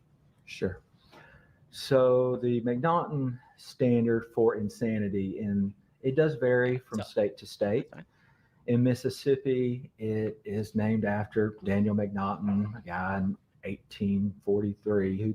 We also have to remember he's not in a treating session, and this wasn't a treatment thing. So I don't want to say how a person, but on the stand here, um, and there have been other experts that have been very matter of fact like this. I just wonder if people are more sensitive to this because she is a child. Because I've heard other experts testify in similar ways, and people not be as upset about it. Killed. He thought he was killing the prime minister, and he actually killed like a secretary, and he was found insane. And so at that time, they came up with a law. Again, this was 1843, I believe, where you have to have a threshold mental illness just to consider insanity. If you want to move forward, you have to have at least a mental illness. Once you have that mental illness, that's like your ticket. That's like you cannot pass go without that ticket. So you get that diagnosis, and then we can consider the other prongs of this standard. And for McNaughton, it is, did the individual understand the nature and the quality Wait a minute, of what they were doing at the time? Blasphemy. You can't be talking about Dr. Curry. Jules, you can't be talking about Dr. Curry. You can't be. You can't be. My bad. Of the offense. That's one. The next one is, did the individual understand the wrongfulness of what they were doing? And so you may have a mental illness, schizophrenia, bipolar disorder, PTSD, whatever it is, but that does not equal insanity by the McNaughton. But he's telling the truth. So that's true. You can have schizophrenia and still be found competent, like, and not be legally insane. So I don't know if y'all followed. Let me see if I can pull it up real quick. If you all followed the I think it's Deborah Redden. Y'all know me in names. Um, Deborah Redden, and he's the guy that jumped over to attack the judge. And in this case, he was clearly psychotic, but his action, he knew, like, the jury was likely, I'm sorry about all the pop-ups. This is from New York Post, and so I think that's why they're doing all the pop-ups. But the jury was likely going to find that he knew right from wrong, and he had a impulsive reaction to not wanting to go to jail. So he was able, in Nevada, they have not guilty but mentally, no, sorry, my brain. Guilty but mentally ill. So he was able to plead guilty but mentally ill, and he'll go, he hasn't done his final sentencing yet, but the goal is that he could receive mental health treatment for a portion of his sentence and then serve the rest of his sentence in jail. I hope more states offer that. I think that's a nice compromise because guilty but mentally ill, I that lets them get treatment and then also still serve a legal sentence. Insanity defenses rarely work. So rarely are people found not guilty by reason of insanity because the threshold is so high and there's so much secondary gain. And I think the jury wonders, like, what if we're wrong? I don't know. Like, it's a whole thing. Cause Non-standard. You have to meet the other prongs. I want to talk about those prongs, Dr. Pickett. You said to know the nature and prisons are full of mentally ill people. Probably about 70% of people in prisons have some type of mental illness. So just in case just so we're aware, about 70% have some type of mental illness, not including antisocial personality disorder, because that's not including those psychopathic traits. But yeah. quality of the acts you were doing. Can you kind of break that down and explain that for us? Yeah. So nature to understand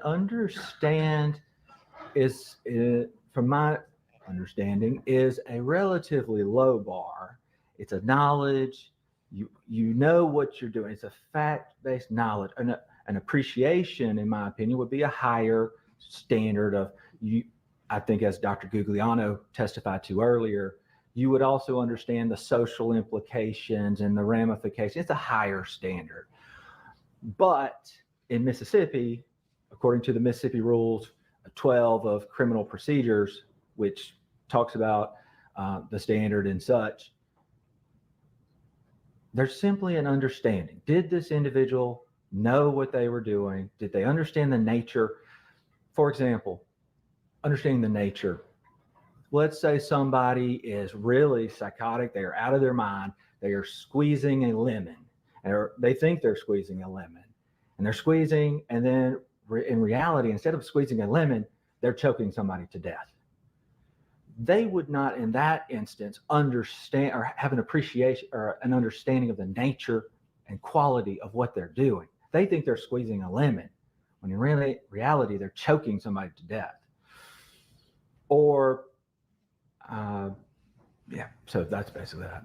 And as far as the second part of that prong, did they know right from wrong? Did they know wrongfulness? I think we all kind of are taught as children right from wrong, but can you describe for us in a legal sense what that means? Yeah, so in Mississippi, the second prong is, did they have an understanding of the wrongfulness of their acts?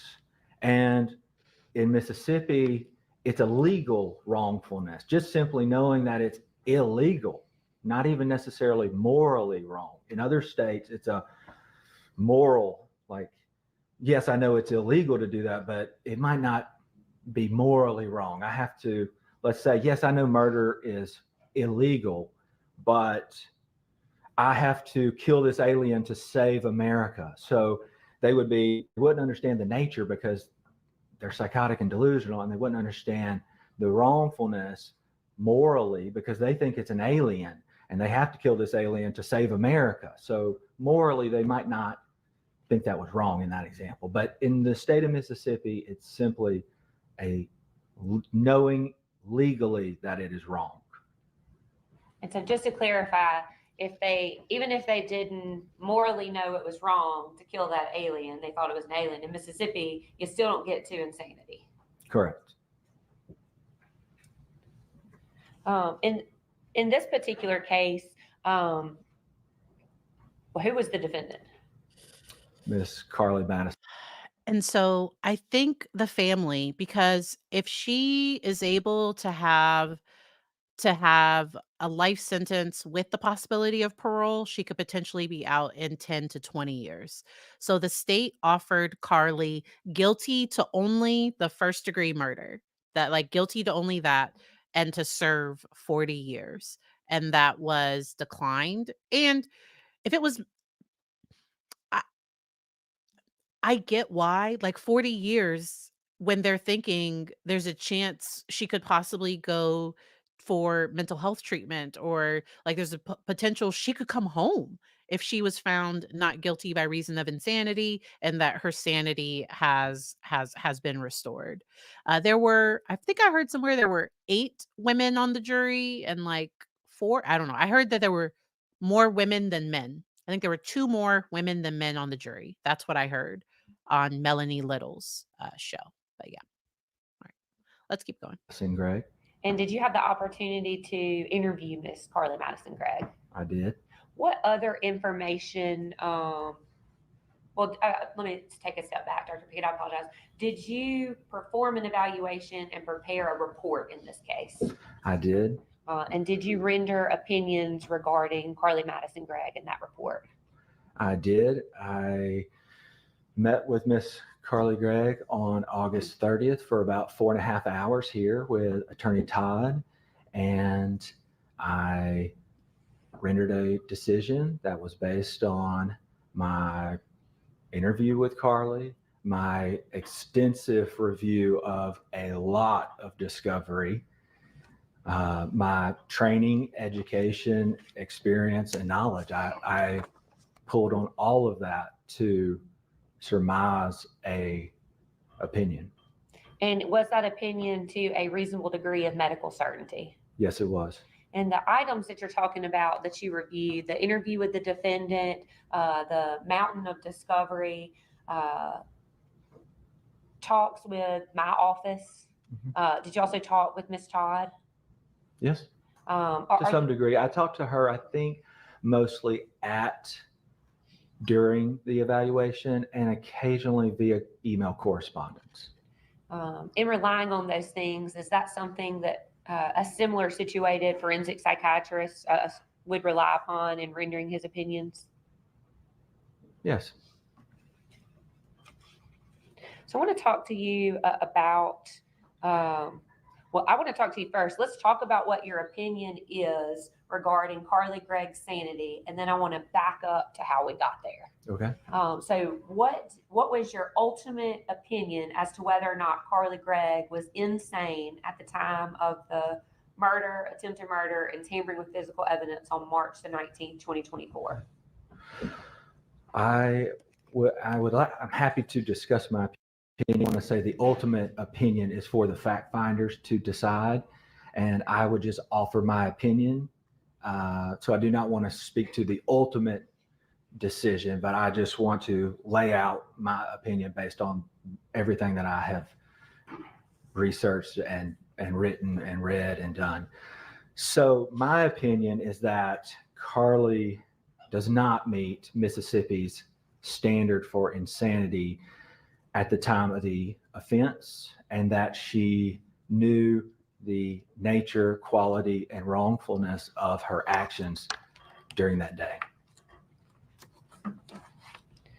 So, Dr. Pickett, I want to take you back to the things that you reviewed. You talked about a mountain of discovery. We've seen in the courtroom, we've seen some videos from that day. Did you have the opportunity to review those? Yes, I did. Did you consider those in rendering your opinion? Yes. When you say those, I've seen the garage video footage. I've seen the Wise video camera footage from the dining room. I've seen body camera from the officers. I reviewed several of those. So I have seen a lot of video. This is a great question that I think fits with where we are. How can someone retroactively know if someone was insane during an incident? And so that's where forensic psychologists and psychiatrists are trained in how to assess the person's mental state at the time of the offense. And so those are questions like, do you remember what happened? Were you hearing voices? They assess their mental health and where things are. They attempt to diagnose them for that period of time. They review all of the medical records. Carly was seen by her therapist, I think the day before the incident, either the therapist or I think it was the therapist. And I think she was seen by the psychiatric nurse practitioner within a week of the incident as well. And it's rare in these types of cases that you have that type of information. And then, so I've covered other states where for adults, they were having trouble getting adults hospitalized against their will unless they committed a crime. And their mental health system was really struggling, where if the adult was like actively psychotic, actively aggressive towards people, that the only remedy was the legal system and that their mental health system was really broken. And it was families that came together to try to change the rules and to try to bring attention to this. And so looking at the videos, looking, and I wonder why they had videos at those parts of the house. And I don't know if that was just anxiety about safety, or I wonder why there were so I don't have cameras inside of my house. Now when my child's older, and I don't know, like, because I know people that have put a camera in the main living space, where if a child that is old enough to be home alone, so if they're 13, 14, and they're coming home alone, that the parent is able to like see, that they're home. Uh I know people have the Ring cameras on the outside. It was just interesting that they had a camera inside the house that captured everything. And Carly's behavior, avoiding the cameras, that what was in her hand, that was suspicious to me. Like, typically, if somebody is clinically or legally insane at the time, they're not going to hide that behavior because they don't realize what they're doing is wrong. Like, and so it's a whole thing. Want to take you back to your interview of Carly Gregg. When did you say that happened? August 30th of And 2024. who was present during that interview? Me, Attorney Todd, and Miss Carly Gray. In your practice, is it common for a attorney or a defense attorney to be present during your evaluation? It's not common. Most of the time I do my evaluations for the defense. And so most of the time they don't come, and they know that I'm there most of the time. But no, they can be there. It's not standard that they are, but they can, and it's not a problem if they are. In this particular case, in your report, you noted that Ms. Todd was present, but there was something that stood out to you about the participation in this evaluation. Can you tell the ladies and gentlemen about that? Yes. So at the beginning of the evaluation, Attorney Todd told me that, hey, there's some things that Carly doesn't like to talk about, so I will have to prompt her. And I told her, that's fine, especially in adolescence and a 15-year-old. When I see patients outside here, parents are often involved. That's not unheard of. They have to prompt them. That's totally okay. As the evaluation went on, though, it seemed to be significantly more than just simple prompting. It seemed to become very leading questions, close-ended questions, interjecting particular things and redirecting the conversation at specific times. And in my report, which is 85 pages, I do list examples of this, and I can go through that if that's desired. We're just gonna pause it real quick because Jules, I totally get it. And um there is a prominent case that made national news, and I've already seen some of the interviews. So if I was ever called to be on that jury, I couldn't be on that jury because I already have some suspicions that the husband did it. So I could never be on that particular jury. And so that's where they asked, like, can you be fair? Are there any are there any things that could get in the way? I personally, gory pictures and images stay with me and mess with my mental health. um, I can be a therapist and have my own diagnoses, and so there are some cases that I just could not hear, and I could, depending on the type of evidence, I could not, as because like having to watch and see. So watching and seeing things it stays with you in a way sometimes.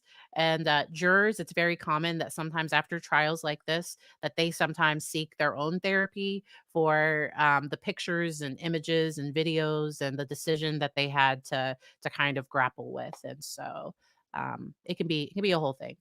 I'm gonna let him keep going. But it did seem excessive, and it seemed like I was being led somewhere in some of the examples. And what was your, what was your opinion as to why you were being led? I really don't want to speculate as to why a defense attorney might.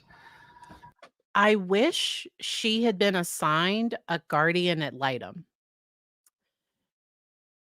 I wish that she had been assigned somebody that wasn't her defense attorney, but that typically wouldn't happen. In a case like this, somebody tried as an adult, it would be up to them.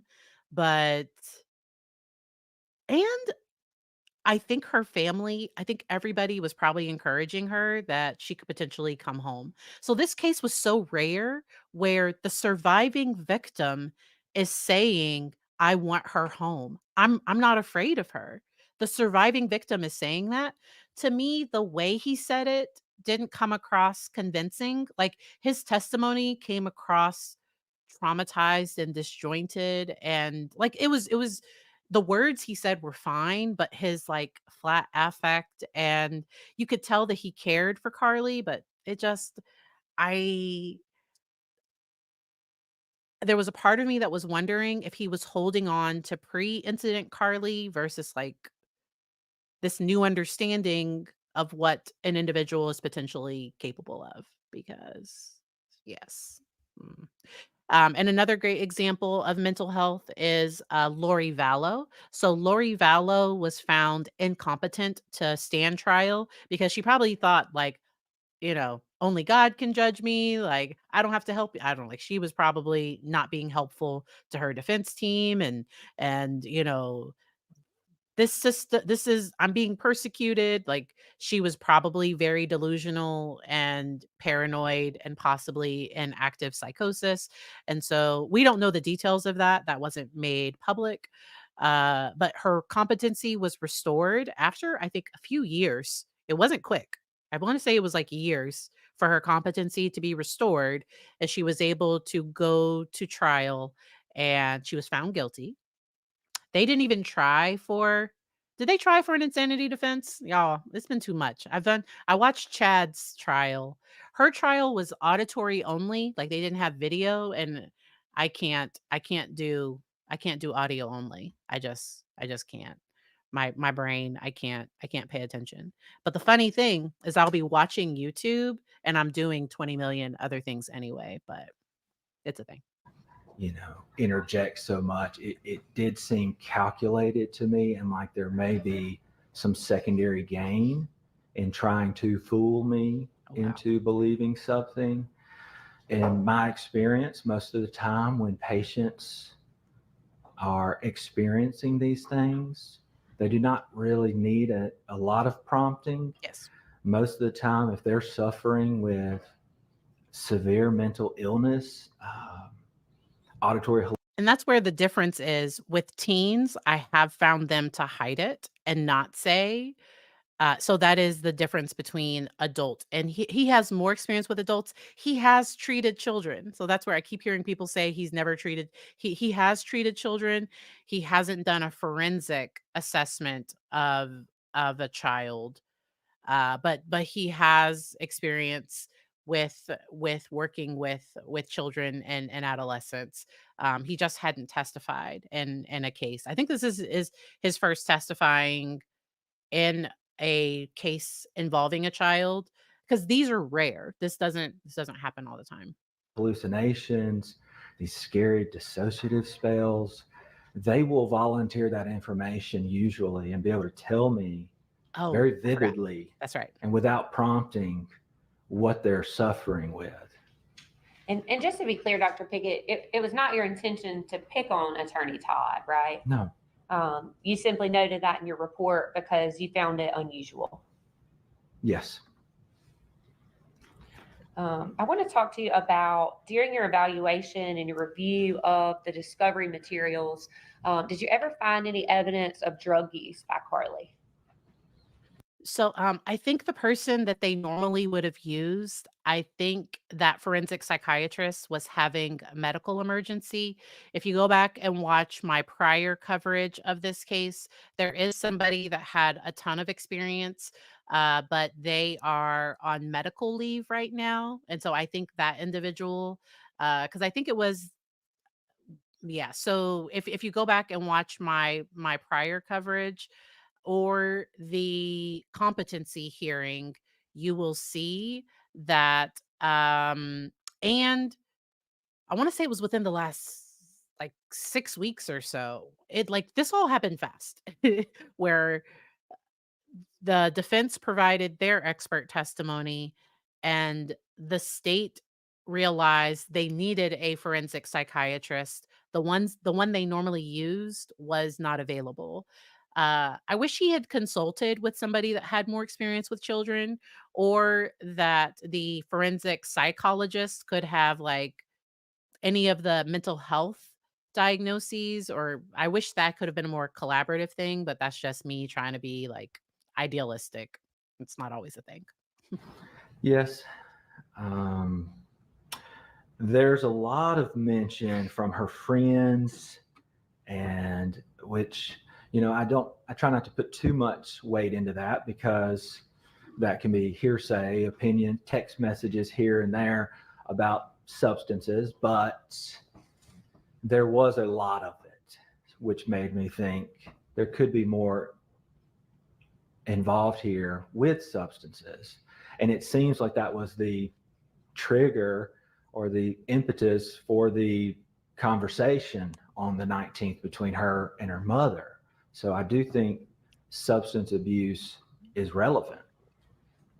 Did you also review the results of a drug screen of Miss Gregg? I did. Could you tell us what a little bit about that? Yes. There was a drug screen that was obtained, I believe, at the juvenile center after.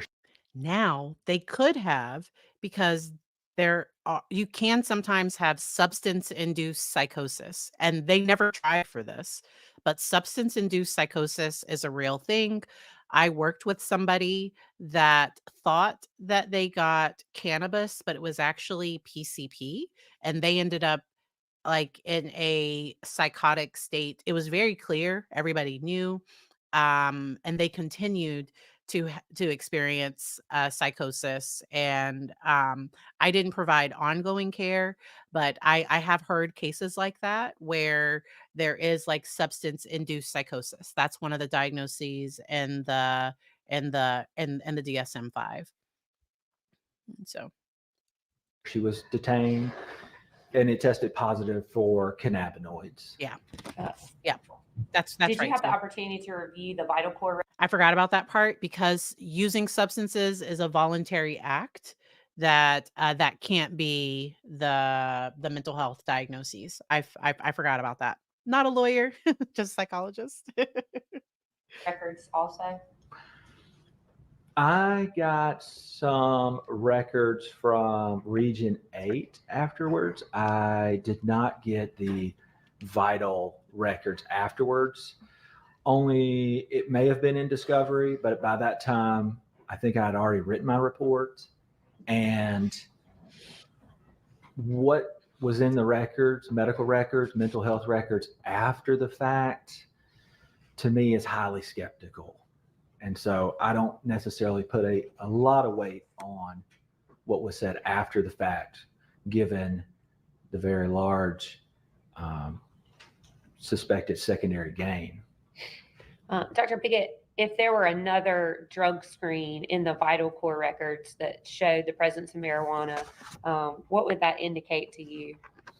It would indicate that she had used marijuana at some point in the recent history of that drug test. I want to talk to you about some of the other things, Dr. Pickett, that you relied on in your evaluation of Carly Gregg. May I approach the witness, Your Honor? It's not happening. It's common for cannabis for anxiety. That's really common.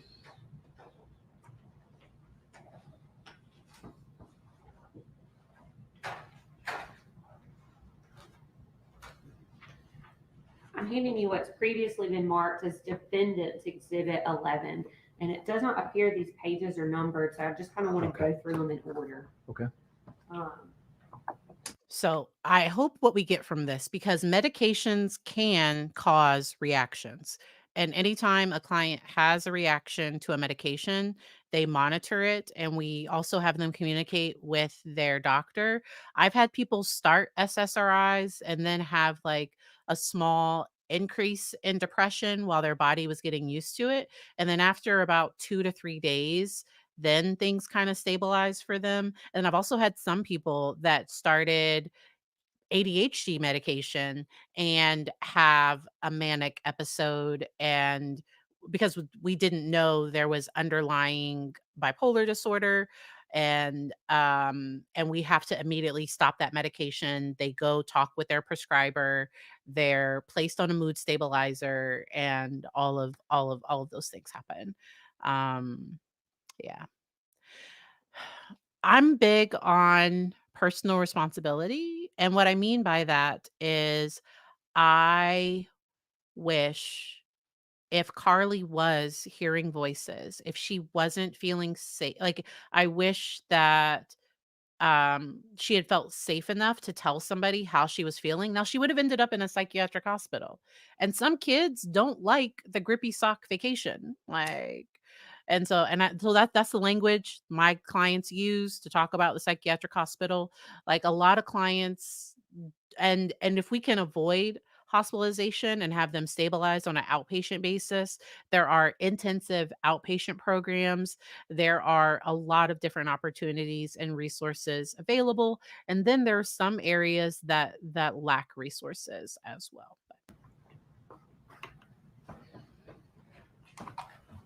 Does that look like something that you reviewed previously? Yes. If you could tell Lazy. Okay, I'm gonna have to speed him up just a little bit, okay? Because I have about 30 minutes. Like I have maybe an hour. We'll see. We'll see how long. About 30 minutes to an hour left. And gentlemen, what's on the very first page of one of the journals and or sketchbooks or scratch pads from Ms. Gregg's group? It says water, fire, earth, air.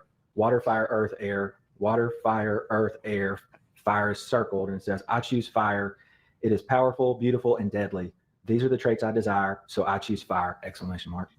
And I want to point out once again that just because somebody writes things like that, that does not necessarily mean that they are psychotic or that they're having thoughts of being harmful towards other people. If I had the options, like I think fire's beautiful, but like I don't start fires, I don't harm people, I don't so just because somebody has a certain thought or says something that's kind of dark, that does not mean that they're going to harm people. So the defense is going to ask about confirmation bias, which was like that was a good one, because I would have asked their expert about confirmation bias too, because he pretty much reviewed most of the things with the case before he even came. So I think he generally had an idea that, yeah, I think I can see not guilty by reason of insanity before he even got there. And then he got information that kind of confirmed. I'm not saying he did this, but if I was the prosecution, I would have asked their expert about confirmation bias, but they were smart to ask him about confirmation bias. But And did you consider that whenever you were rendering your ultimate opinion? I take everything into consideration that I have that I can. When I look at this in these journals, there's a lot of things in these journals, and I took the time to look through them. And okay, so I would like to share the one that the state shared, and let's share this tab instead. So the state during I think it was sentencing, it could have been, but the state harped on this one. I think, yeah. I think it was right before sentencing, but it was the "What do I believe?" And this is from Carly's journal. There is no God. Um, this is not completely clear, like, but one of them is you don't need family, loving yourself, having friends is important. I think it's don't belong to anything, never be alone, go to your place of comfort often. Sometimes you must blend in, but never forget. It's okay to be evil. Sometimes you must jump into the dark to be able to see the light. Privacy is not loneliness. Death is inevitable. And so that's what the prosecution shared with the jury before sentencing.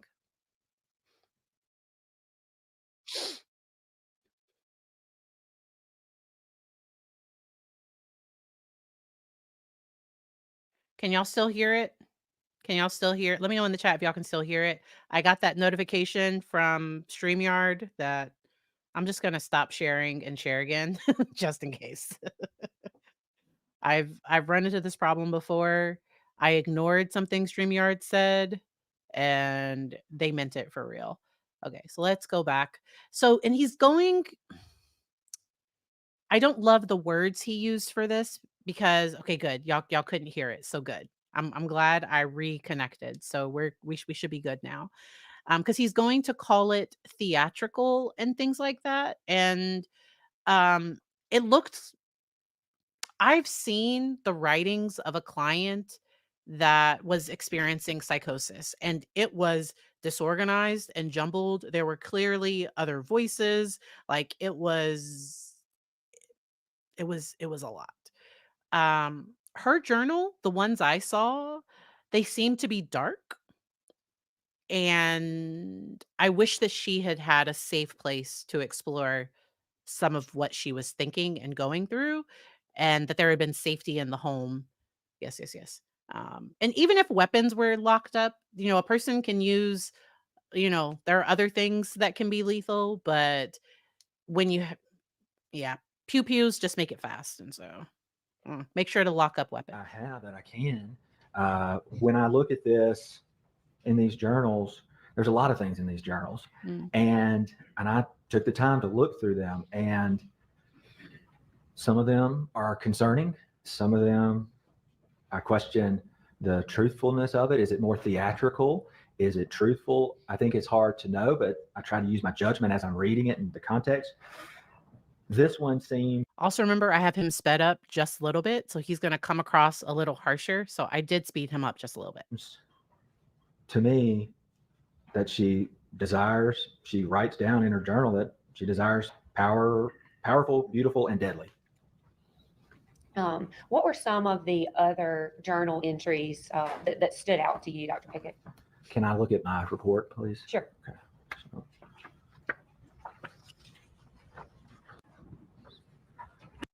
one of the journals, I think this is the Brown journal. It says in the beginning. If he's going to refer back, can you just tell us what page he's going to? This would be. Oh, sorry, this says entry January. It would be the first. I think it's the first one on January 2023, 2024. The Brown. Yeah, if you can tell me what page. You didn't base. They're not date stamped. That's what I said. It's hard to tell because they're not date stamped. I think what you said. Approach.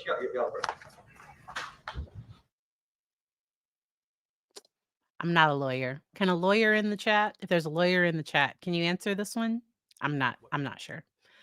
I feel like it's happened before, and it might vary by state. Page 20 under the subsection regarding Carly's journal.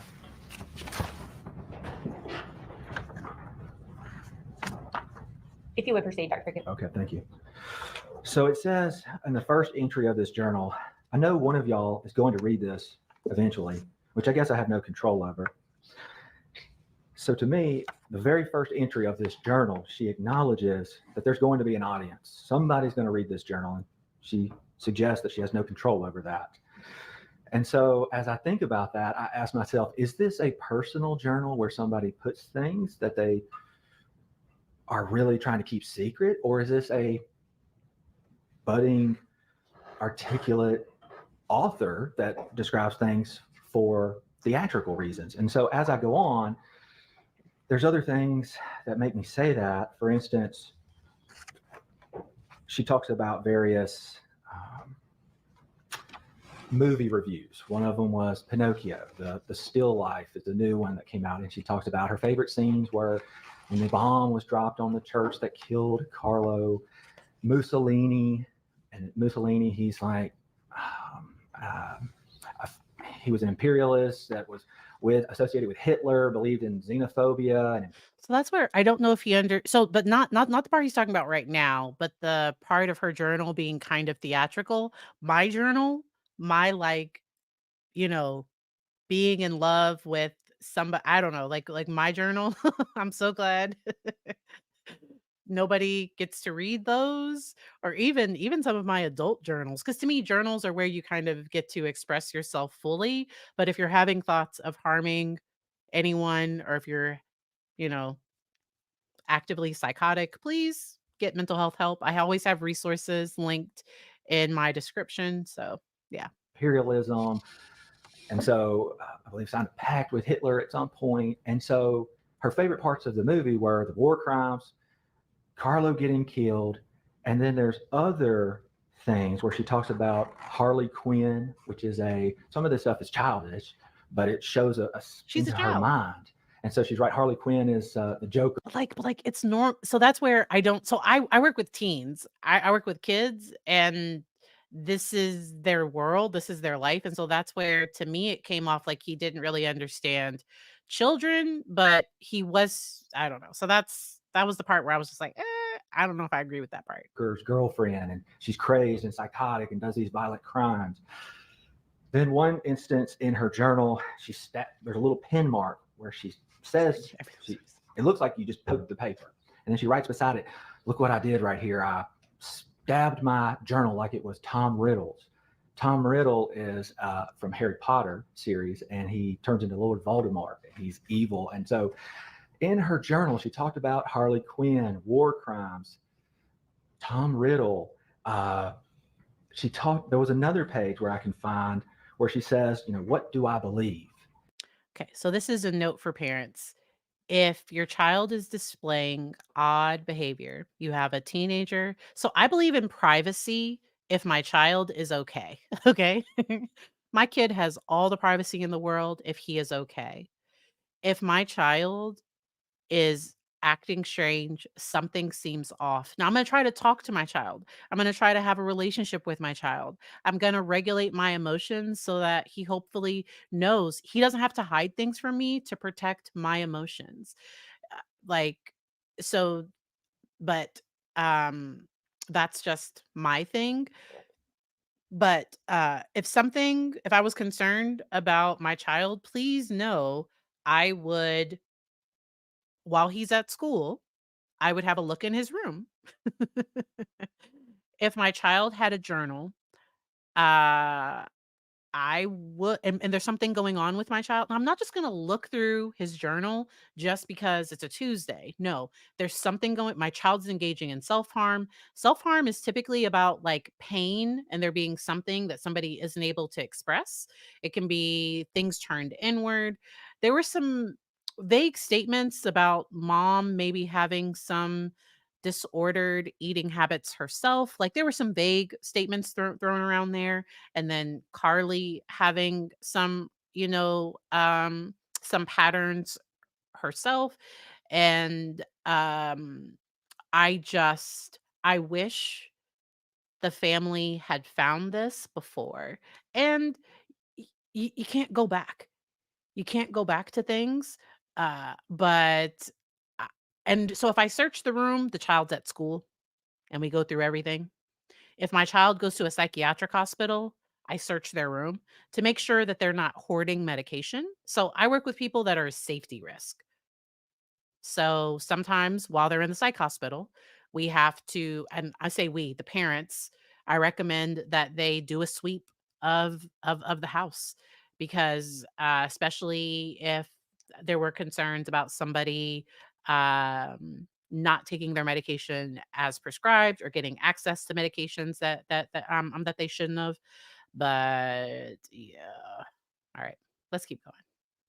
And she writes these tenets down, and one of them says, it's okay to be evil. There is no God. That was the one I just And read. if I can have a minute, can find others. Judge may have heard.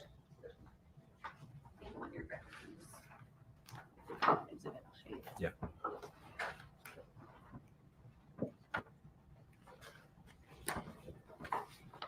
I agree. Thank you. So this one in the journal also, what do I believe? There is no God, heaven and hell are fake. Love is important. You don't need family. Writing your own destiny with a check mark beside it. Loving yourself. Having friends is important. Don't belong to anything. Never be alone. Go to your place of comfort often. Sometimes you must blend in, but never forget it's okay to be evil. Sometimes you must jump into the dark to truly see the light. Privacy is not loneliness. Death is inevitable.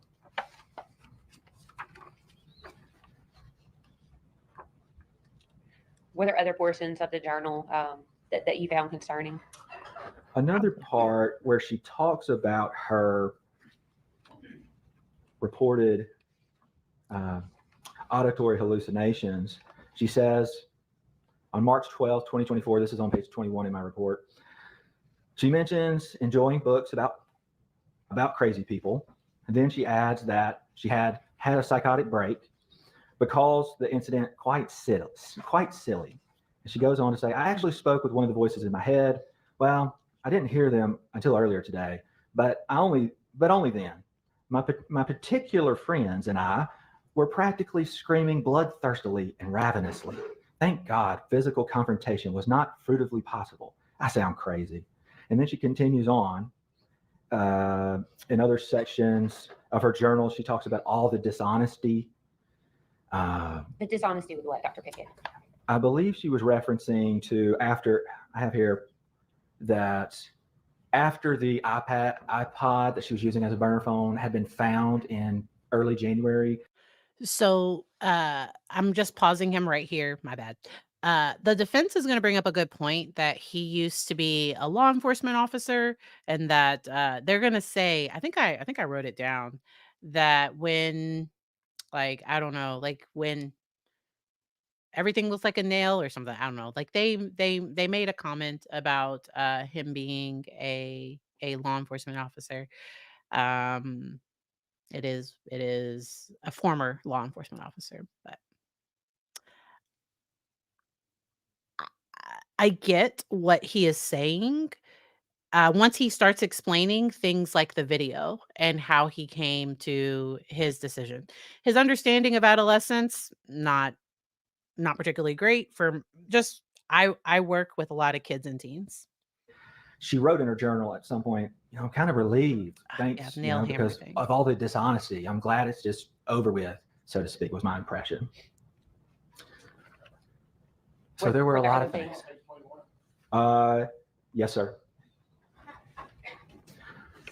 There were also text messages that I had seen between her and friends that were concerning. When I'm trying to understand somebody's psychiatric mental state, all important. Messages with friends, conversations with friends, parents, what's going on at school, what's going on at home, drug use, medical history, psychiatric history, all of this is important. And so there's a lot of detail here. And so as I was looking through text messages, one of them she says to, this is on page 22, she's talking to Thad on February 7th, 2024. She says, you don't understand how fucking psycho I was that day. I almost murdered my parents. And so as I am preparing to come and evaluate her, given the context of what's going on, I take extreme time to go through the mountain of text messages between teenagers, diaries, journals.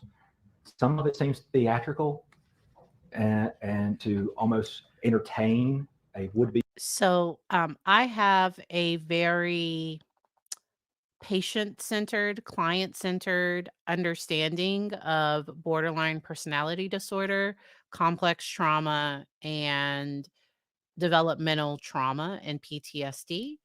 And in his mind, he's thinking that there might be so some people are thinking, are there are there borderline traits? Like, so just because somebody engages in self-harm doesn't necessarily mean that they also have that I love you, I hate you, black and white thinking. I would need to know more about some of her functioning, her other relationships. The relationship that she seemed to have the most difficulty with was the one with her mom. It sounded like she had good relationships with her friends. And so that's where I personally didn't see signs. I did not see everything he saw, okay? But I did not see signs of long-standing psychopathic behavior. It sounded like she had a difficult relationship with her mom. Like, it sounded contained to parental relationships, to control. It sounded there. She supposedly brought the Swiss Army knife to school one day, but, I still also I don't think that she was, and I'm not a forensic expert. I had no involvement with this case. I did not think that she was um legally insane at the time of the offense. Her behavior seemed too planned. Her behavior seemed to be too much of that. Sarah, I saw more signs of codependence between mom and Carly. Like, uh, but in a like a unhealthy. So, and I don't know enough about mom. I also think mom had her own history of significant trauma, and especially with the father. And I have worked with cases like that. And when that child starts displaying behaviors that are similar to the father, the parent can sometimes almost go back to it can be re-traumatizing to that parent, and I often have to make sure that parent is responding to their child and not their past, because I've worked with parents that have lost it in situations like that, which has been scary and disconnecting for the child. And so yes. Pause more. So we'll see how much of his testimony we get through. I know people were specifically asking me to cover his testimony, and so that's why The we're here. reader, and some of it is very concerning. Dr. Pickett, were there also some, I want to come back to the text messages in just a minute. Were there also some notes that you looked at of Carly's about gaslighting?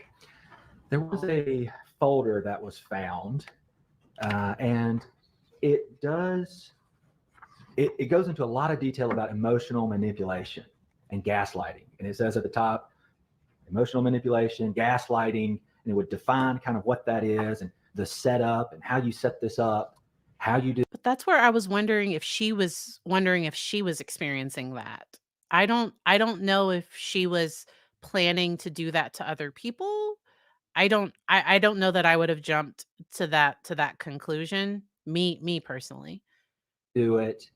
And then, I don't know. at the end of it, it signs off with a valediction that says, take advantage, happy hurting. There were also, I guess, what had been labeled as a dream journal. Do you remember looking through anything where she described some of her dreams?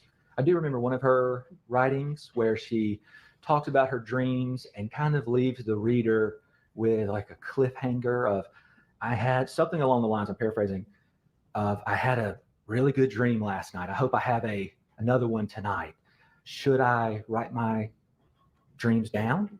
In other words, to like share them with whoever might read it in the future.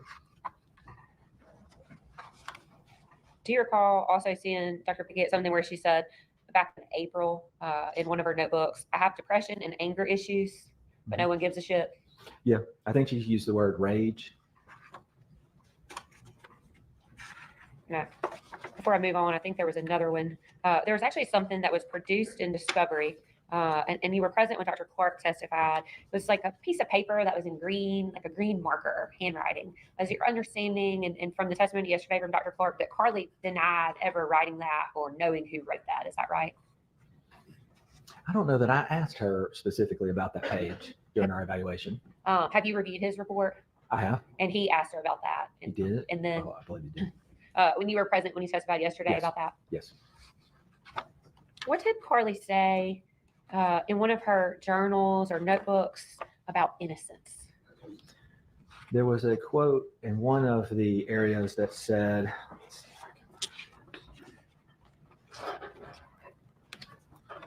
I'm on page 46. It says, life's greatest illusion, innocence. So, Dr. Pickett, you talked about some of the text messages that you reviewed. Were those messages from the day of the incident, March the 19th, 2024? Yes, some of them were. I reviewed text messages for a long time, various people, but I'm yes, gonna I fast did. forward a little bit. That you reviewed. Can you kind of tell the ladies and gentlemen about why that was important in rendering your ultimate opinion? Yes.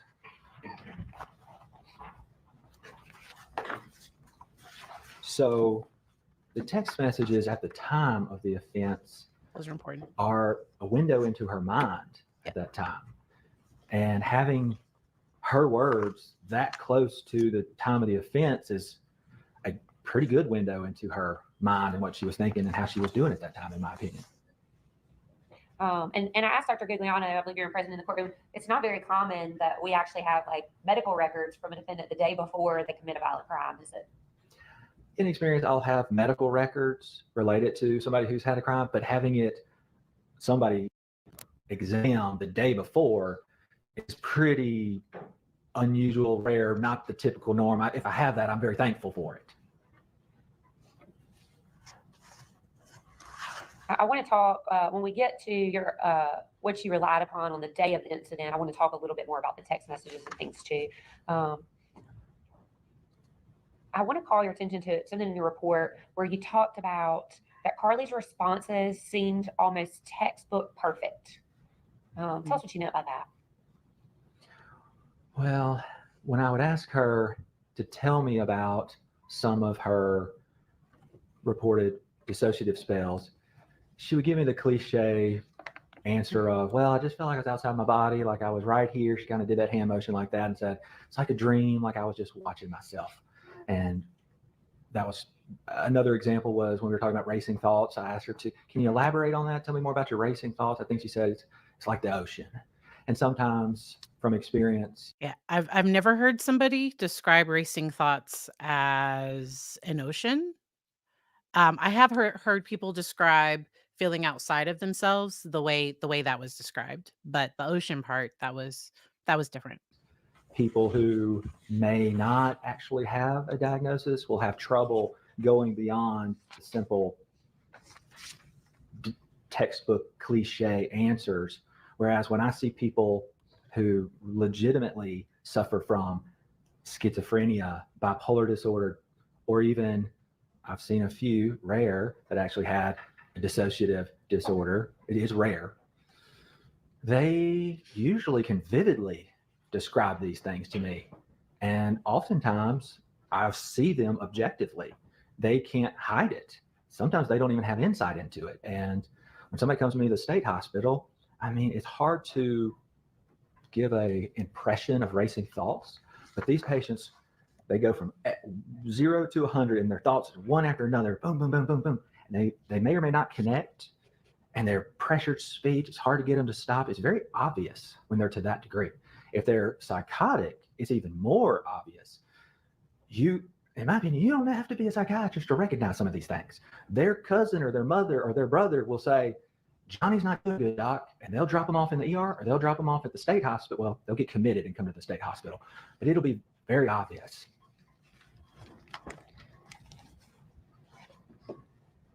Dr. Pickett, at some point in your report, the DSM-5 TR, and we heard Dr. Clark talk a little bit about the DSM-5 yesterday. Can you tell us what the difference? So that's just the Diagnostic Statistical Manual. I'm gonna fast forward past that part. DSM-5 part of your report talks about Carly's thought process, that it was linear, logical, I think reality based and goal directed. Could you explain to us what you mean by that? So linear, so as a psychiatrist, our physical exam is a lot of observation.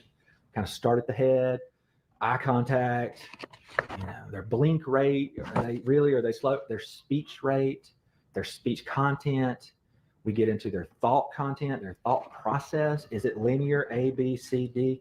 Ideas seem to connect, or is it, very disorganized and they don't connect? And so linear means we're having a conversation, it's going from A to B, and they connect. Logical means it's reasonable and it's real. It makes sense. You understand. Reality based it's not delusional. So somebody that I see at the state hospital who's psychotic, they may come in with delusions and they'll say, the FBI's after me. And I know it because I saw a gas can. And that's just where I wish he had more understanding of kids and adolescents, because things do present different, because he's talking mostly about adults. Now, adult and adolescents, it can be similar. Things can be similar, but they do present slightly different. But yeah. Um, At the gas station, and I knew that I'm gonna gas was fast in the forward. black. Hard to. A manic state and a hypomanic state. During the course of your evaluation with Carly, did it ever appear that she was having any sort of manic state? Not during my exam, certainly not. In your review of the medical records, did it ever appear that Carly had reported any type of manic state? No, I reviewed. I think the therapy notes started with Annette Bryant back in 2015. At least those were the oldest that I had to look. So just so we're aware, even her therapist did not suspect or believe she had bipolar disorder. Her treating providers did not see signs of that either. Bipolar 2 can go underdiagnosed because it can be this irritability. I'm careful with it because, especially if it's based on the parent report and if I'm not sure about the dynamics between, because I want to see if they're also having this emotional, like how they're doing at school and other environments with other relationships. And I typically go with disruptive mood dysregulation disorder prior to going to a bipolar 2 with a 14-year-old. That's just my unless I there are clear signs of hypomanic or manic behavior.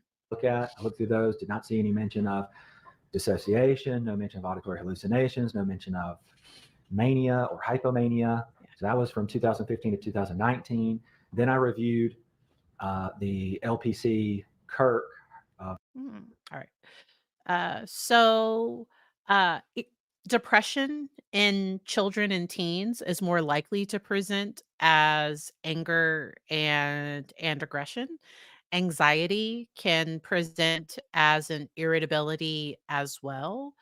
And I also think that there was some childhood trauma. So, trauma responses can also create some problematic behavior patterns that can cause issues.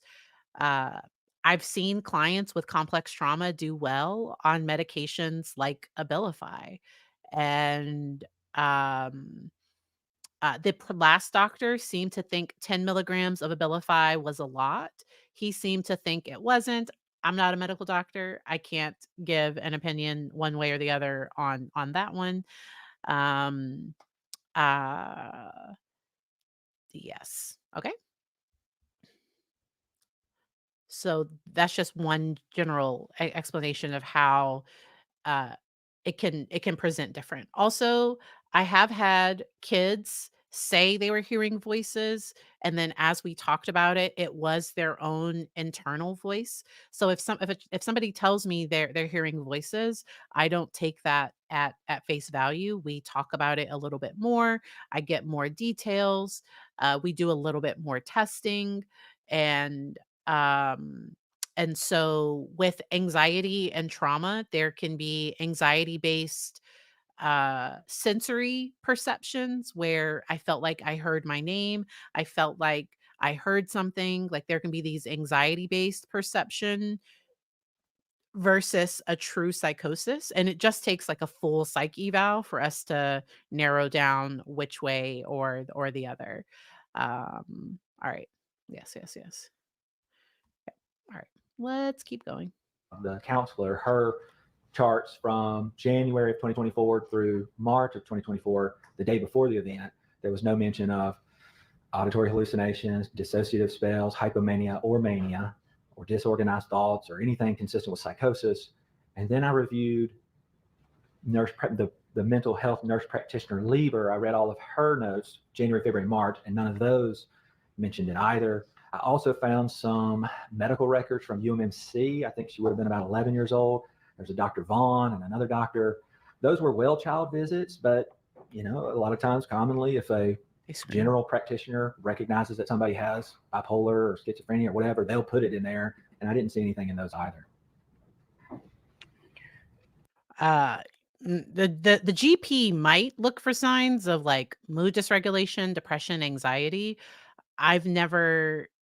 It's normally a psychiatrist, and my experience with kids and teens, it's normally been because bipolar disorder is most common to present between like 18 and 25. So it normally presents later.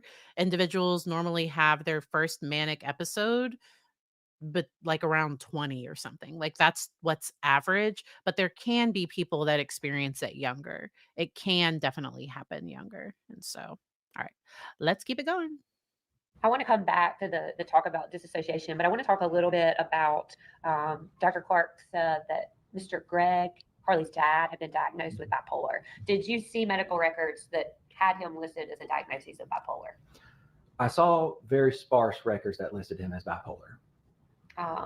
Based on your training and experience, if someone also suffers from a substance abuse addiction, would it be hard to diagnose them as being bipolar? It is hard. It's not impossible, but can I elaborate about his notes? So I reviewed and I asked for any records, any psychological records pertaining to Mr. Gregg's mental health. And the only thing I got were the 3 records from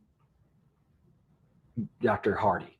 And there was some mention of his bipolar disorder in some of the therapy notes, like I believe LPC Kirk's, but that was secondhand that had been given to her from Ashley. The only ones I could see to confirm, supposedly confirm, is from a Dr. Hardy. And so as an emergency doctor, as a psychiatrist, anytime a patient is brought to me, whether they're in the ER or whether they're in the state hospital, I Can be difficult. do my best to go back and review these diagnoses, because I do not like to just simply accept them, because it is common for people to be misdiagnosed with some mental illnesses, especially if they abuse substances heavily, which, according to my review, Mr. Kevin Gregg was well known for his substance abuse, and for many years. So he's talking about her bio father right now.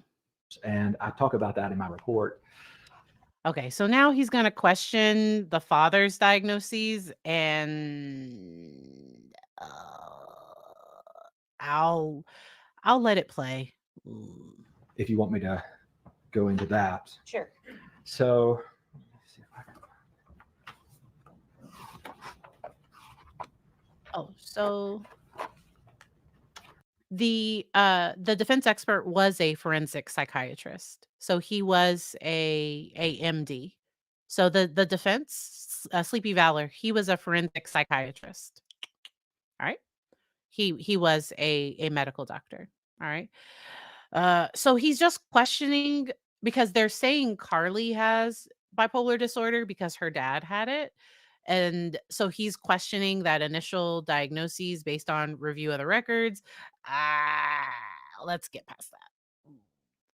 Do some stories. Or they go the other end. They're manic. And Let me go back. Let me go back. Day, we can have a bad day. We can have Talking about Recall his depression. exact word for using that, but very specific times of mania, kind of discrete. Thank you. Some ups and downs, discrete periods of ups and downs in the medical world. What does that mean? So the DSM-5 TR has specific criteria for bipolar disorder. What makes that? We all have a mood. Let's say this is neutral, and there's a zone that is considered normal variation, where we can go up, we can have a good day, we can have a bad day, we can have a good day, we can have a bad day. So you can have depression with psychosis. So there are some people that have within their mood disorder. So it's normally on the depression side. They can experience psychosis.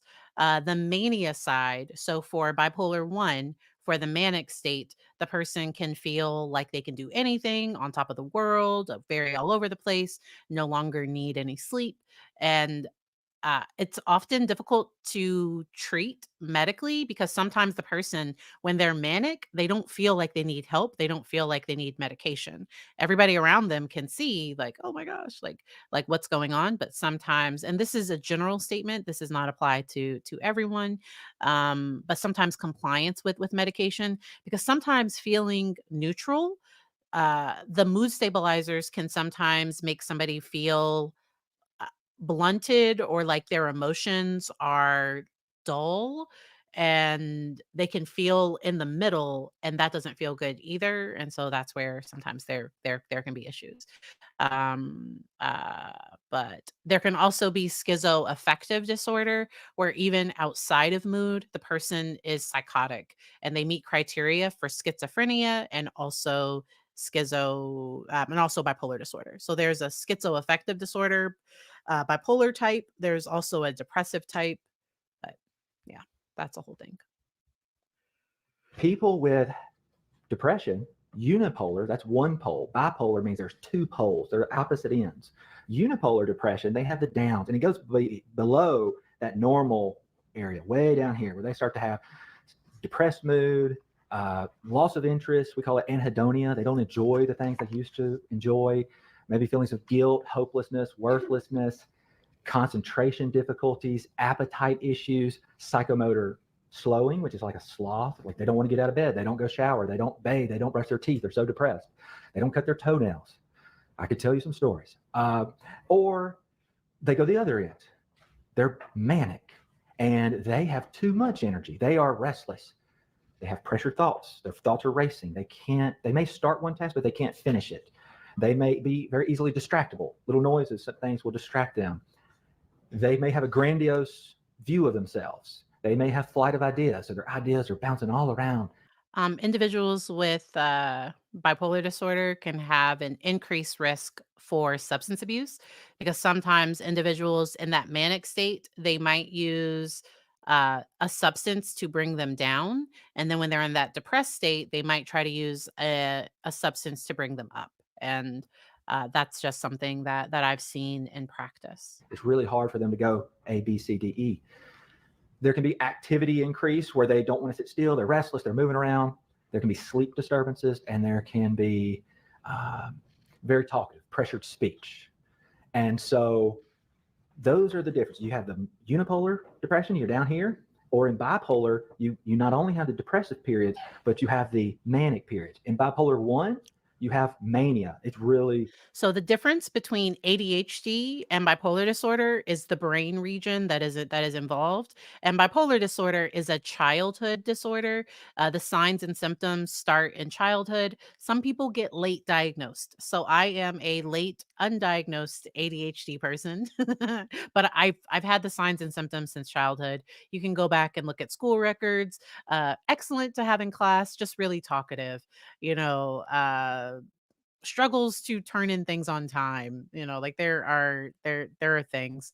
um but with ADHD, the signs and symptoms show up. I've had kids as young as 5 and 6. And normally those are the ones that are explosive. Sometimes individuals that are the inattentive type of ADHD get late diagnosed because they were just kind of daydreaming. The family might think they're just lazy, they just can't get things done, and they don't realize they have a executive function disorder, and so that's prefrontal cortex. Uh, Bipolar disorder are those brain chemicals, and that's where medications can really help with stabilizing mood. There are other things that can work to stabilize mood, and but making sure their sleep, because when the sleep gets off, that's when there can be an increase in issues. And then when the depression hits, you know, there can be other issues that kind of happen during those times too. Okay. It's the most severe form. It can be so severe that you even develop psychotic symptoms. Yeah. So you're so manic, pressured speech, racing thoughts, restlessness, not sleeping. And interestingly, these patients who don't sleep, they feel great. They may have only gotten 1 or 2 hours of sleep last night, but they feel really good. They're not tired after that. And so you oscillate between these two periods. For bipolar 1, mania, really high, it's 7 days of a persistently elevated mood. Yes, ma'am. All day, every day, to the point that it interferes with you socially, occupationally, or interpersonally. It is obvious to people around you, and it is causing significant troubles for you, one way or another. But you feel great. You're not sleeping, racing thoughts, pressured speech. That's 7 days for bipolar 1. Then you go down, you will oscillate. Eventually you'll come down and you may be depressed for 2 weeks or 2 months. It doesn't know. And then you'll come back at some point and you'll have another manic episode and you'll go up and down, up and down. That's bipolar 1. Bipolar 2 is called hypomania. It's a little less than mania. I've seen patients and treated patients who have this, and they can live pretty functional lives.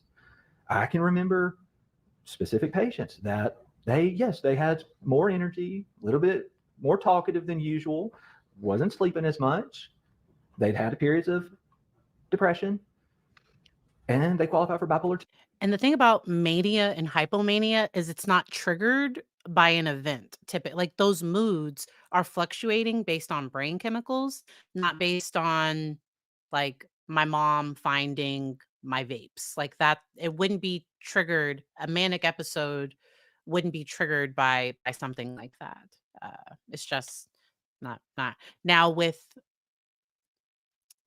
dysregulated mood that's more personality based or cluster B, like a borderline personality disorder, that is triggered by feelings, thoughts of rejection, abandonment, fear of that the person is going to leave, or so those emotional ups and downs are definitely triggered. And that's a completely separate diagnosis. Too, but they were functional individuals. They were not, it wasn't to the point where they're psychotic, usually, from my experience, at least hypomania. And So Carly had difficulty with sleep, not an inability to sleep. So with mania, the individual, I've worked with people that have stayed up for 3 to 5 days and not been tired. So they looked disheveled. They felt like they didn't need sleep at all. And so it's a whole thing. No, thank you, thank you. So it's available down in my little shop. you can live a pretty good life, and especially if you're put on medications, can help you, typically a mood stabilizer. So Dr. Clark diagnosed Carly as being bipolar 2. Do you agree with that diagnosis based off your evaluation and the review of all of her medical records? No, I do not. And why is that? Well, politely and respectfully to Dr. Clark, providers can review. So also with the sleep disturbances with bipolar disorder, like I said, it's not like difficulty falling and staying asleep. That would be more consistent with depression or anxiety. And with depression, a person could get 20 hours of sleep and still feel tired. And so like there's this kind of sluggish down, this heaviness. It's more than just sadness. It's a weight that kind of stays around. And then but so my I think I can say it. My husband does not need as much sleep as I need. So I need like 7 hours of sleep a night at least. He can function off of like 5 hours, but it's not like he sleeps. Like it's not that he doesn't, because with a manic episode, they don't need sleep at all. And so King of Spades, thank you for adding this. You're always pumped, always amped up, and it's natural. Like it's not like the person isn't high on anything. And that's where it could be very difficult to, because it feels good. Like it's, and somebody, I heard somebody mention that it was addictive. Like, yes. And so, yeah. View different things, and we can draw different conclusions. Looking at our reports, my sources are about 8 pages long. I stopped once I got to about 100 because I couldn't keep listing my sources that I reviewed. It was exhaustive. And when I looked at his report, it doesn't, at least that he wrote, I didn't see that he reviewed that much. And so I suspect that we came to different conclusions because we may have reviewed different material. My opinion is that, based on reading his report, that some of his opinion of diagnosing Carly with bipolar disorder was that he took Dr. Hardy's notes for face value. And when I read Dr. Hardy's records, importantly, he never said, Kevin has bipolar disorder and I reviewed the records from his recent hospitalization, or he has bipolar disorder because he met these criteria. He essentially just says he has bipolar disorder and he used to drink and maybe do a little bit of drugs, but doesn't do any of that now. And so I really, only having 3 visits for 1 hour with no collateral records, minimizing his substance abuse, and then prescribing him the controlled substances he did, I just wonder, did he have all the facts? So, because he made a big deal that the birth father was prescribed Adderall and I think 2 other controlled substances as well. And the defense talked about him being on risperidol and some other mood stabilizers, as you know, but it's a whole thing. And if I'm Kevin going to doesn't skip that part. susceptible to what was going on around her, which is not consistent with bipolar disorder. And I believe we heard testimony earlier that she had been diagnosed with something more akin to like situational responses, and that's Adjustment why she was disorder. given a depression diagnosis. Yeah. My understanding from reviewing their records is even Annette Bryant, the first therapist that saw her, mentioned anxiety. So y'all recommend it. So I am open to collaborations. The lawyer, Peter, his schedule must be ridiculous. I have collaborated with Natalie Lawyer Chick before. Y'all will find me in her chat. You will find me in the chat of Emily D. Baker. Y'all will see me in the chat on a few other places. I was invited on Melanie Little's show recently, and she is very, she is 100% Carly, and it's not that I'm not 100% Carly. I can't get past the video. I'm just being honest. That video and the behavior, it just seems so calculated and planned, and because remember, for premeditation, it can be in that moment of going to the room to get the gun. That can be all that's needed for premeditation, and, that behavior was just very strange. And in my personal opinion, Carly seemed to show remorse for shooting her stepfather. She did not seem to show any remorse for her mom. Uh, I personally didn't see it, and, yeah, let's keep going. And adjustment disorder. So she was acknowledged that she's anxious and she's having trouble adjusting to something, her life circumstances. And then I think LPC Kirk also said adjustment disorder with mixed anxiety and depressed mood.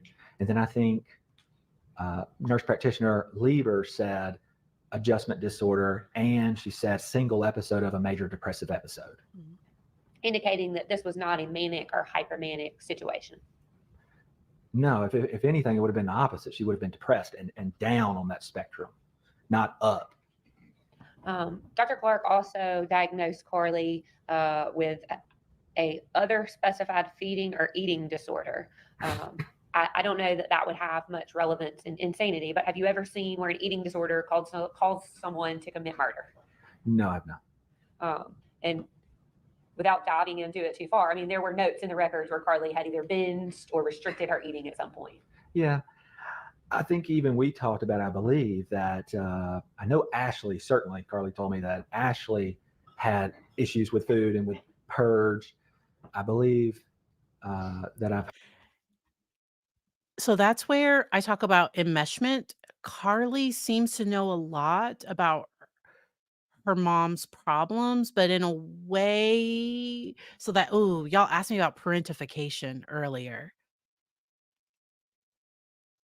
Wow. this one's hard because I do believe that Carly's mom was the victim of DV. She was grieving the loss of a child. It sounds like there was a lot going on, and um it's really common for me to see daughters of a parent with a eating issue for the daughter to have an eating issue as well, depending on the daughter's or the child's uh how they're doing. It might not meet criteria for, it might just be disordered eating. It might, or an unhealthy view of their body, or the parent makes comments on the child's body or their eating, or things like that. I do not know what happened in this situation, but it just seems, it just makes me think. Heard that Carly may have at some point, or I can't remember who told me that or whether that's true or not, but I think, like her mother, there were some issues with food and restriction of that. I didn't think it particularly pertinent to sanity. I didn't necessarily dive into that in depth. And my thoughts were, if she's taking a medicine and she's vomiting, if anything, it's going to be less medication in her system, not more, depending on when she vomits So that part of, oh, I okay. and when she takes the pill, but it's not going to be more.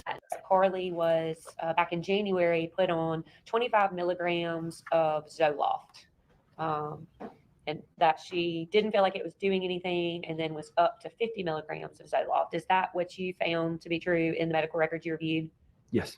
And then we heard from nurse practitioner Olivia Lieber this morning that she told Carly, I want you to kind of taper off the Zoloft while also taking the Lexapro. Based off your evaluation with Carly and Dr. Clark's evaluation, is that what Carly did with the medication? No, according to what she told me, no. I think I was told that she stopped the Zoloft cold turkey, or not cold turkey, abruptly on the 12th, the same day she was prescribed the Lexapro, and she started the Lexapro, 5 milligrams. And is Lexapro, we heard earlier that So social media can have its ups and downs, but there is so social media in general, Instagram is actually higher than TikTok. Because Instagram's algorithm, it doesn't do this anymore, but Instagram's algorithm used to feed people with, like, it would identify people that were depressed, people that were anxious, people that had eating issues, and then send them targeted ads and targeted stuff that made them feel worse. Facebook was sued for this, and I hope they've since changed their algorithm. There have been congressional hearings to talk about this, to talk about the concerns. I take a balanced approach because I do believe that kids are going to use social media at some point, and so I want my child to have a healthy relationship with their phone. But then I have to model that healthy relationship. Yeah, I'm so addicted to my phone, but that's like between me and my therapist, okay? Like that's a whole other conversation. But yes, all right, let's keep it going. Zoloft is an SSRI. Can you tell us again what that SSRI stands for? Selective serotonin reuptake inhibitor. Is Lexapro also a SSRI? Yes, it is. And so that would affect the serotonin. I keep interrupting him. Some of y'all love him, some of y'all don't, and that's fine. So Scarlett, I saw your question, and I think it's important for kids to have a healthy relationship with their body and with their food. And it's normal for particularly girls, but it's normal for a kid to kind of struggle. I know I struggled with my, image and all those things. And if it gets to the point where there are problems, then seeking out help and support for those things. Those are just my general thoughts. I can't give you all specific advice. Those are just general thoughts. My disclaimer. Serotonin levels of the brain. Yes. That process takes time, though. Typically, you would expect 4 to 6 weeks before you see symptoms. According to UpToDate, which is a worldwide database, it is the doctor's Bible if there is one. It's backed by multi-million-dollar clinical trials, pharmaceutical trials. It is one of, I like it, and I depend on it a lot. It says 2 weeks. Maybe you might see something at 2 weeks. And If I can I get into Lexapro? Yes, please. And I'm sorry, before you do that, Dr. Pickett, 2 weeks. Do you mean it would take 2 weeks for side effects to show up, or it takes 2 weeks for the medication to kind of get in your system? So He's going to explain it. Medications have half-lives. He's going to talk about the fact that Carly is currently on Celexa, which a part of he's going to say, and I tried to look for it, and I wonder, but he's going to say that Lexapro and Celexa have similar chemical makeups. And so if somebody had an issue on Lexapro, you probably wouldn't prescribe them Celexa. That's based on, but she's doing fine based on her current medications. There was also a great question. Okay, let's get to the questions because I adore you all. Okay, so I forget the question. Why isn't she remorseful about her mother? If her mother was all about her, why would she also harm her stepfather? But she didn't unalive him, and he's the one she asked about. So the prosecution is going to say she asked about him because she didn't know if she was successful. I don't know why she asked about her stepfather, but my feeling from this case, which is just based on my personal thoughts and feelings, it seemed like Carly viewed her mother as an obstacle to her happiness, to her being able to do the things she wanted to do, or I wonder if a part of her felt free, and that's where I wish she could have set boundaries, okay? So families need boundaries. Teenagers need to know that their parents' emotions are theirs. And so even if I find out that my child is using illegal substances, I'm not going to freak out on him because I know that won't help. And it'll cause him to be more secretive, it'll cause more issues. And so I manage my emotions first because I always want to be stronger, bigger. I want to be that safe person that my child can come to. That's just my thoughts.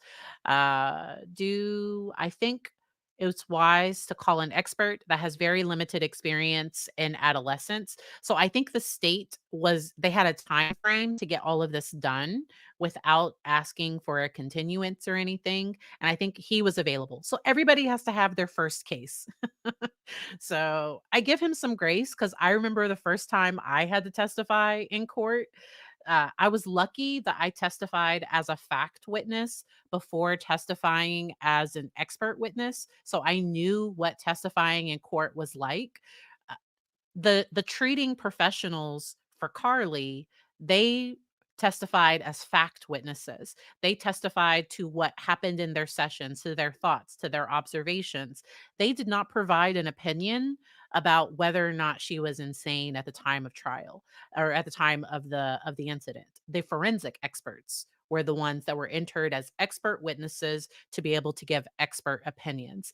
He's an expert witness in this case, and so I have some sympathy for your first one because sometimes you think about, oh, I would do this different, and so I hope that he watches it, that he learns, that uh, he takes some feedback, and yes, all right. I think I answered all the other questions. All right, let's keep it going. Wrong one. This one. Let's go. Intentionally hurt a random person. But I do not believe there's a lot of literature out there that supports. Let me go back. You They're talking about dissociation. can be violence, but And he's also going to say that he doesn't have a lot of experience with dissociation. So I have worked because I work with complex trauma. I have seen clients dissociate in session. I have seen clients have reactions where they go back to that trauma memory. And I'm talking with somebody that's in their 50s and I now have like a 4-year-old sitting. Like I've seen people do those things, and I have a lot of training in that. Um, yeah, I don't think Carly was dissociated in that moment. And just from what I saw, she seemed very connected. It seemed goal oriented and specific, and so yeah. my understanding is it's not a specific violence. Like if you're in a dissociative state and you can't control yourself, you may accidentally hurt an unintended target. You're cleaning your gun and you have a dissociative spell and there's somebody in the house and you accidentally pull the trigger and it shoots them in the leg. Maybe. Unlikely, maybe. It's possible. But having a dissociative spell and then doing a lot of specific things, going and retrieving a gun or an item, an object from a specific location that requires memory, hand-eye coordination, going to get that's, in my opinion, inconsistent with a dissociative spell. Yes, if you're in a dissociative spell, you may accidentally, unintentionally hurt a random person. But I do not believe there's a lot of literature out there that supports you have a dissociative spell and you go and hunt down a particular target. I just don't believe that. I want to, I'm sorry, Dr. Gregg, I didn't mean to cut you off. I wanted to continue on a little bit about the dissociation if I can, or you Yes, can. please. So when I was considering the dissociative spell, one of the books that I was using to read and talk about is on page 53, The Principles and Practice of Forensic Psychiatry, second edition. It says, quote, on page 643, it says, quote, malingered amnesia is also seen frequently in forensic settings, as well as being the arguably most common manifestation of malingering in specific clinical situations such as homicide. And the literature goes on to talk about how we as providers have an obligation to consider malingering when there's a huge secondary gain of having decreased culpability by being able to blame it on that. And so I took all of that into consideration. Continuing on, as when I was considering the dissociative stuff, Carly never mentioned these spells to any of her providers over decades. You know, her trauma that she experienced. So the DSM talks about this, the DSM-5-TR talks about this. The chapters related to trauma, PTSD, stuff like that, and dissociative disorders are put right next to each other intentionally to show their relationship. In my understanding, at a basic level, there are some dissociative disorders that you dissociate uncontrollably, with no prompts, with no stimuli. Dissociative identity disorder, which used to be called multiple personality disorder, the dissociative fugue that Dr. Clark talked about, where these patients will just randomly and in a very general, unintentional way get up and travel somewhere. But it's random. It's disorganized. They don't know where they're going. They're not in control of their faculties. They just end up in Dallas, Texas, and who am I? Where am I? Where's my credit cards? You know, that is an unintentional thing.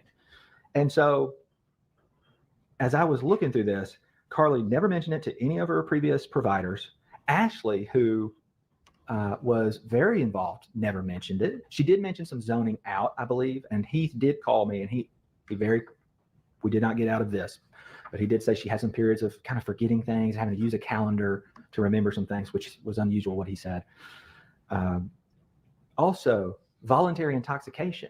If she's smoking marijuana I don't know how often, at some point, I think she even may have drank Germ-X per like one of her colleagues that said that. I don't know if that's true or just hearsay, but if there was some substances that she may have been abusing, it's hard to say, was that related to substances, which she acknowledges the marijuana, or was that a real dissociative spell? And Dr. Pickett, I'm sorry to interrupt you. There was actually a point where Carly related either in her journal or to a provider that she had smoked marijuana on the 16th of March, and she had something come over her body that she had never felt before. Do you remember seeing that? I don't recall seeing that. I may have Okay. missed it. I did want to say, I remember my thought is that none of the dissociative spells, because trauma and dissociative spells are so closely related, she saw Annette Bryant monthly for years, from 2015 to 2019, when she was really young. And that was closer to the proximate trauma, the abuse from her dad, the death of. And people can exhibit trauma symptoms later. That can definitely happen. And she's also going to mention to one of the providers that she was dissociating in that moment. And I've never had normally I notice a client is dissociating before they would say it. And I know he's not great with his delivery, but the things he's saying are clinically accurate. Her sister prematurely. And so I would have expected, if she were legitimately having dissociative spells, I would have expected them to have been closer to the proximate trauma. Doesn't necessarily have to be, but typically I would have expected that.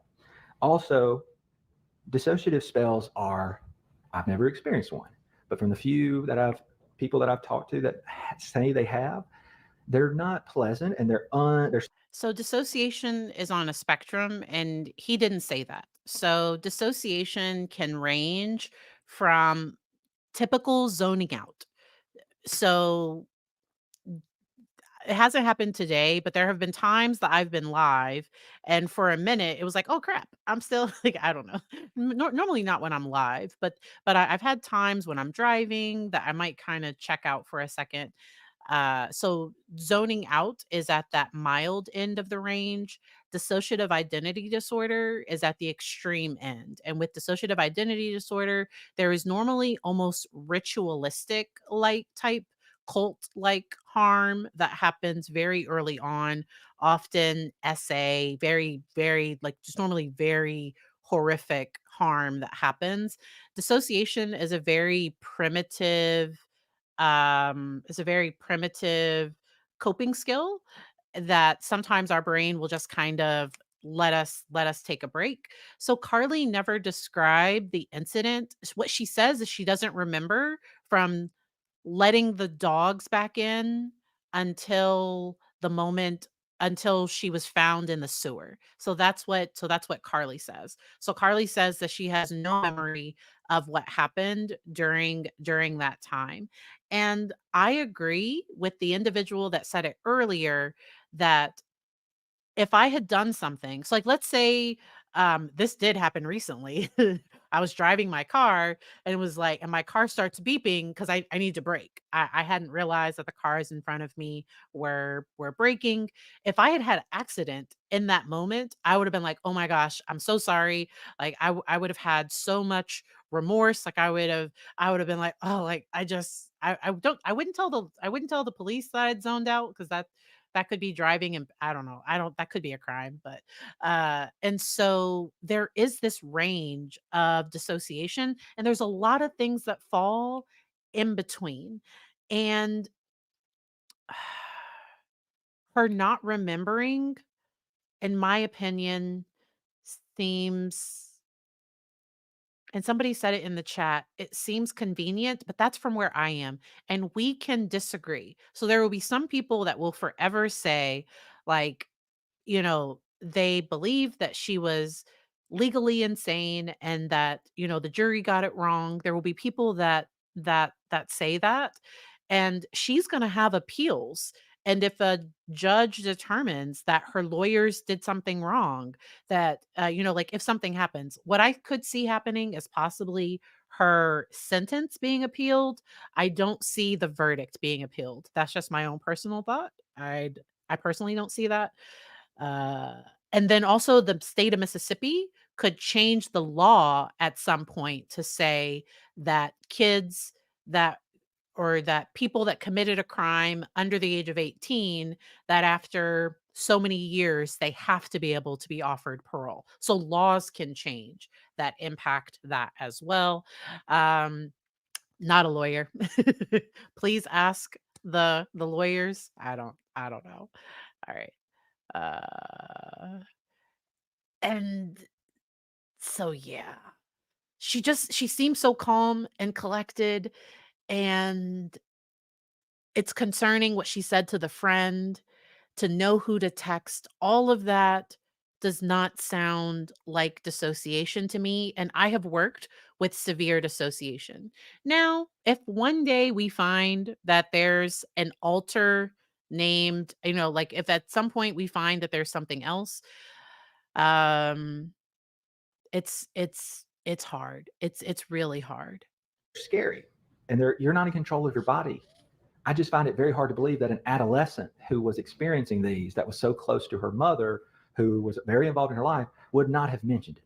That's hard for me to believe. And then And it's not hard for me to believe because I think she wanted to protect her mom from her pain.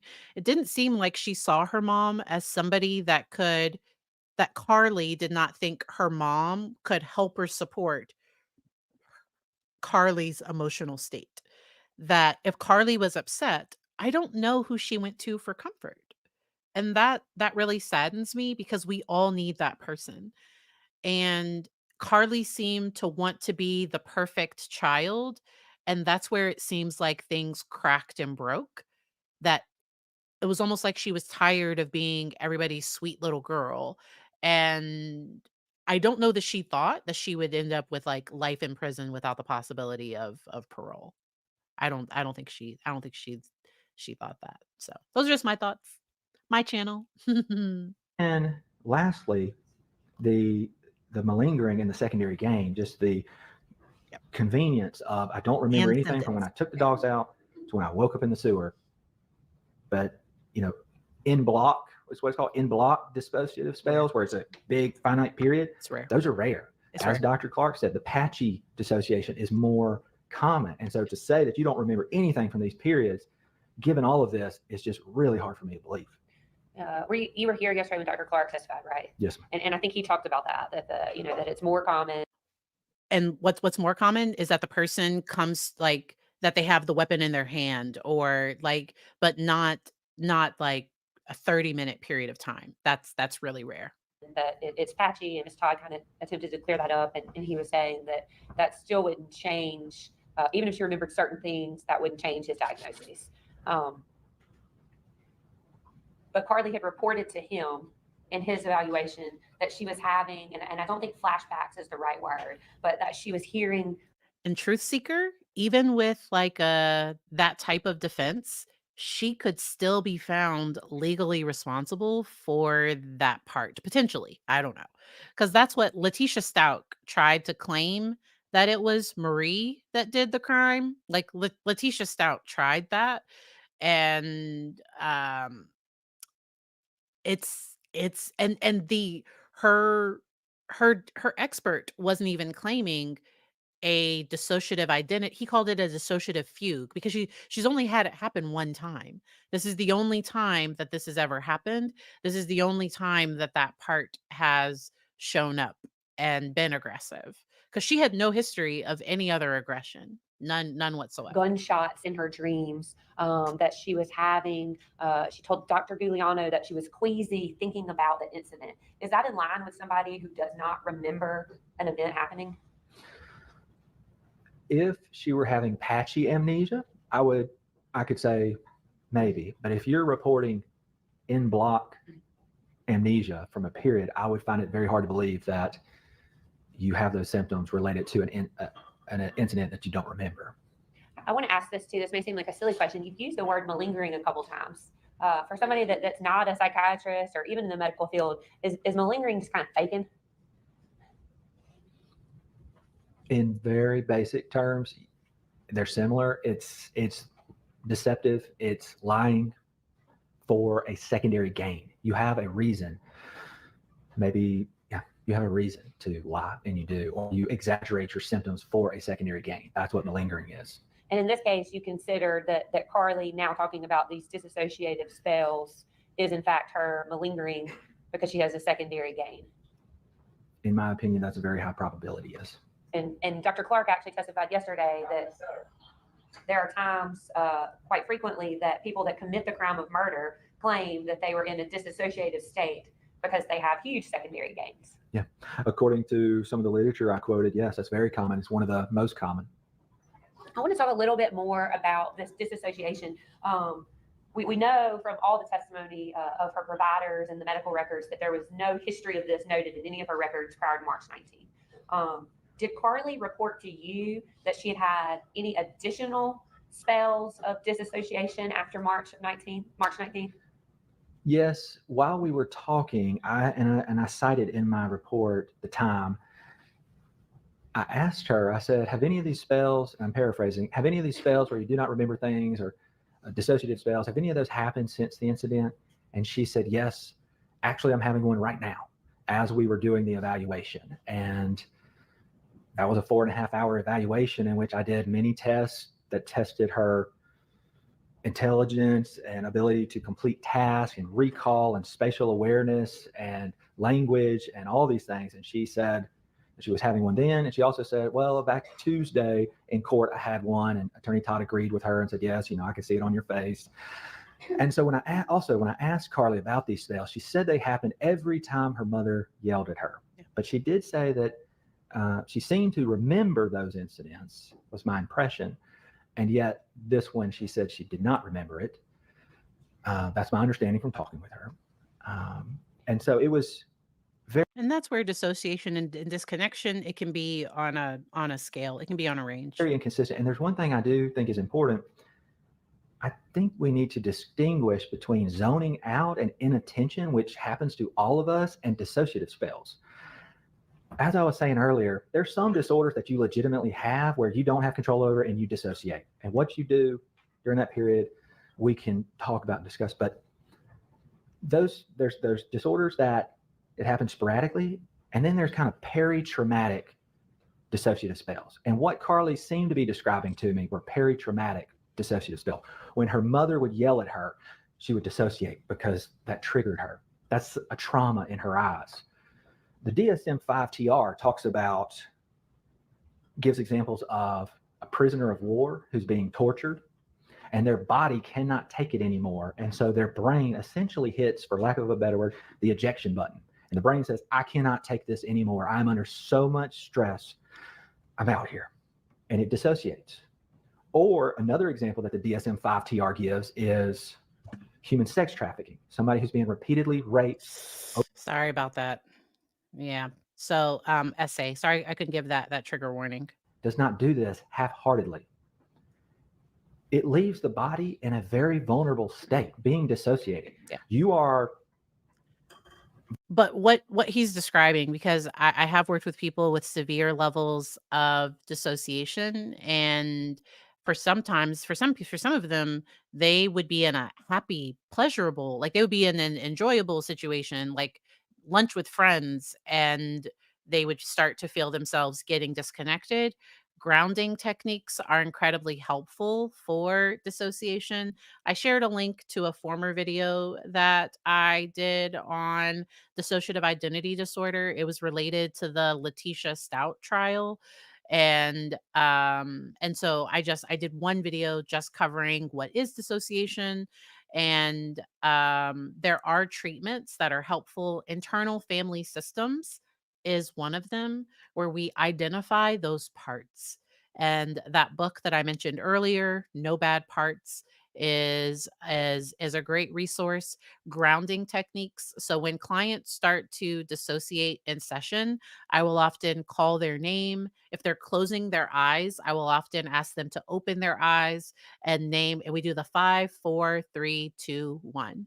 So where they tell me 5 things they see, 4 things they hear, 3 things they can smell, like 2 things they can touch, or 3 touch, 2 smell, and then that they have something to taste.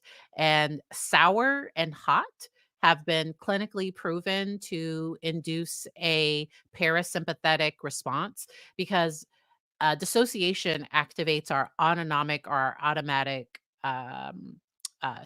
nervous system, and sour and hot have been proven. So I've had clients that walk around with little sugar-free lemon or sugar-free hot candies, and when they felt themselves starting to dissociate, they would, pop in, or they had their weighted blanket, they had their resources and tools to be able to self-rescue in those moments. Felt safety is incredibly important, and I just those are some of my thoughts. So I want to answer y'all's questions. So let me know if you all have any other questions. Um that is it from his testimony. So I am not going to play all of it. This was really sad to watch, because Carly was found guilty of on all counts. So guilty of first degree murder, attempted murder, and tampering with evidence. And the jury took 2 hours to deliberate. 2 hours. I thought that was fast. I thought that was very fast. I thought the jury had a lot to consider. I I really thought that was fast. I was expecting them to take longer, and then they took, because then they started sentencing. I once again I was so shocked that the defense offered no mitigating evidence. And I don't know Mississippi law. So, because the judge asked the prosecution, "Is there anything you want to present for the sentencing phase?" They said, "No, judge. We just want all the other testimony." Okay. He asked the defense, "Is there anything you want to present?" And if I was the defense attorney, remember, I am not an attorney, I'm a psychologist, okay? That really, really loves true crime. So, if I was advising the defense, it would be really important to remind the jury that she is a child, that she is in treatment, that she you would try to say the things for them to um hopefully not give her life in so,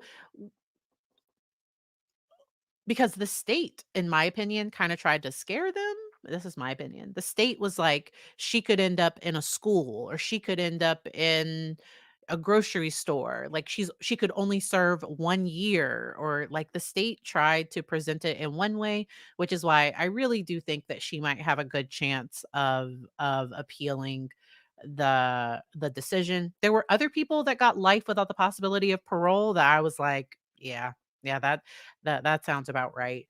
Um, to me, it doesn't make sense that Christopher Gregor gets a longer sentence than her. And if you didn't follow the Gregor case, ugh, it just doesn't. But that's different states, different things.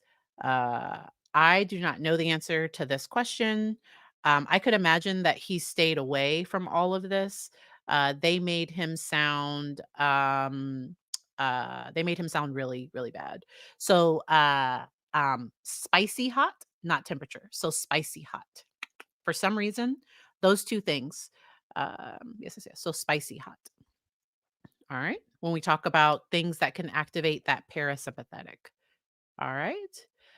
I think it was the video. Like, I could not get past the video. I think it was also, she was in therapy, she was in treatment, and she was saying she wasn't hearing voices. And it is common. So sometimes it can happen where people are experiencing psychosis and they might deny it. They might say that they're not. And they might just be little annoying voices, because the way that she described it, I think she described one male voice. Was she the one that described it as screaming all the time?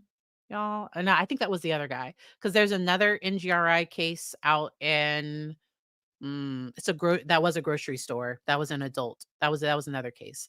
But I just, because she denied command auditory hallucinations to the evaluators and then told the people at the state something different. Like, it's so sad.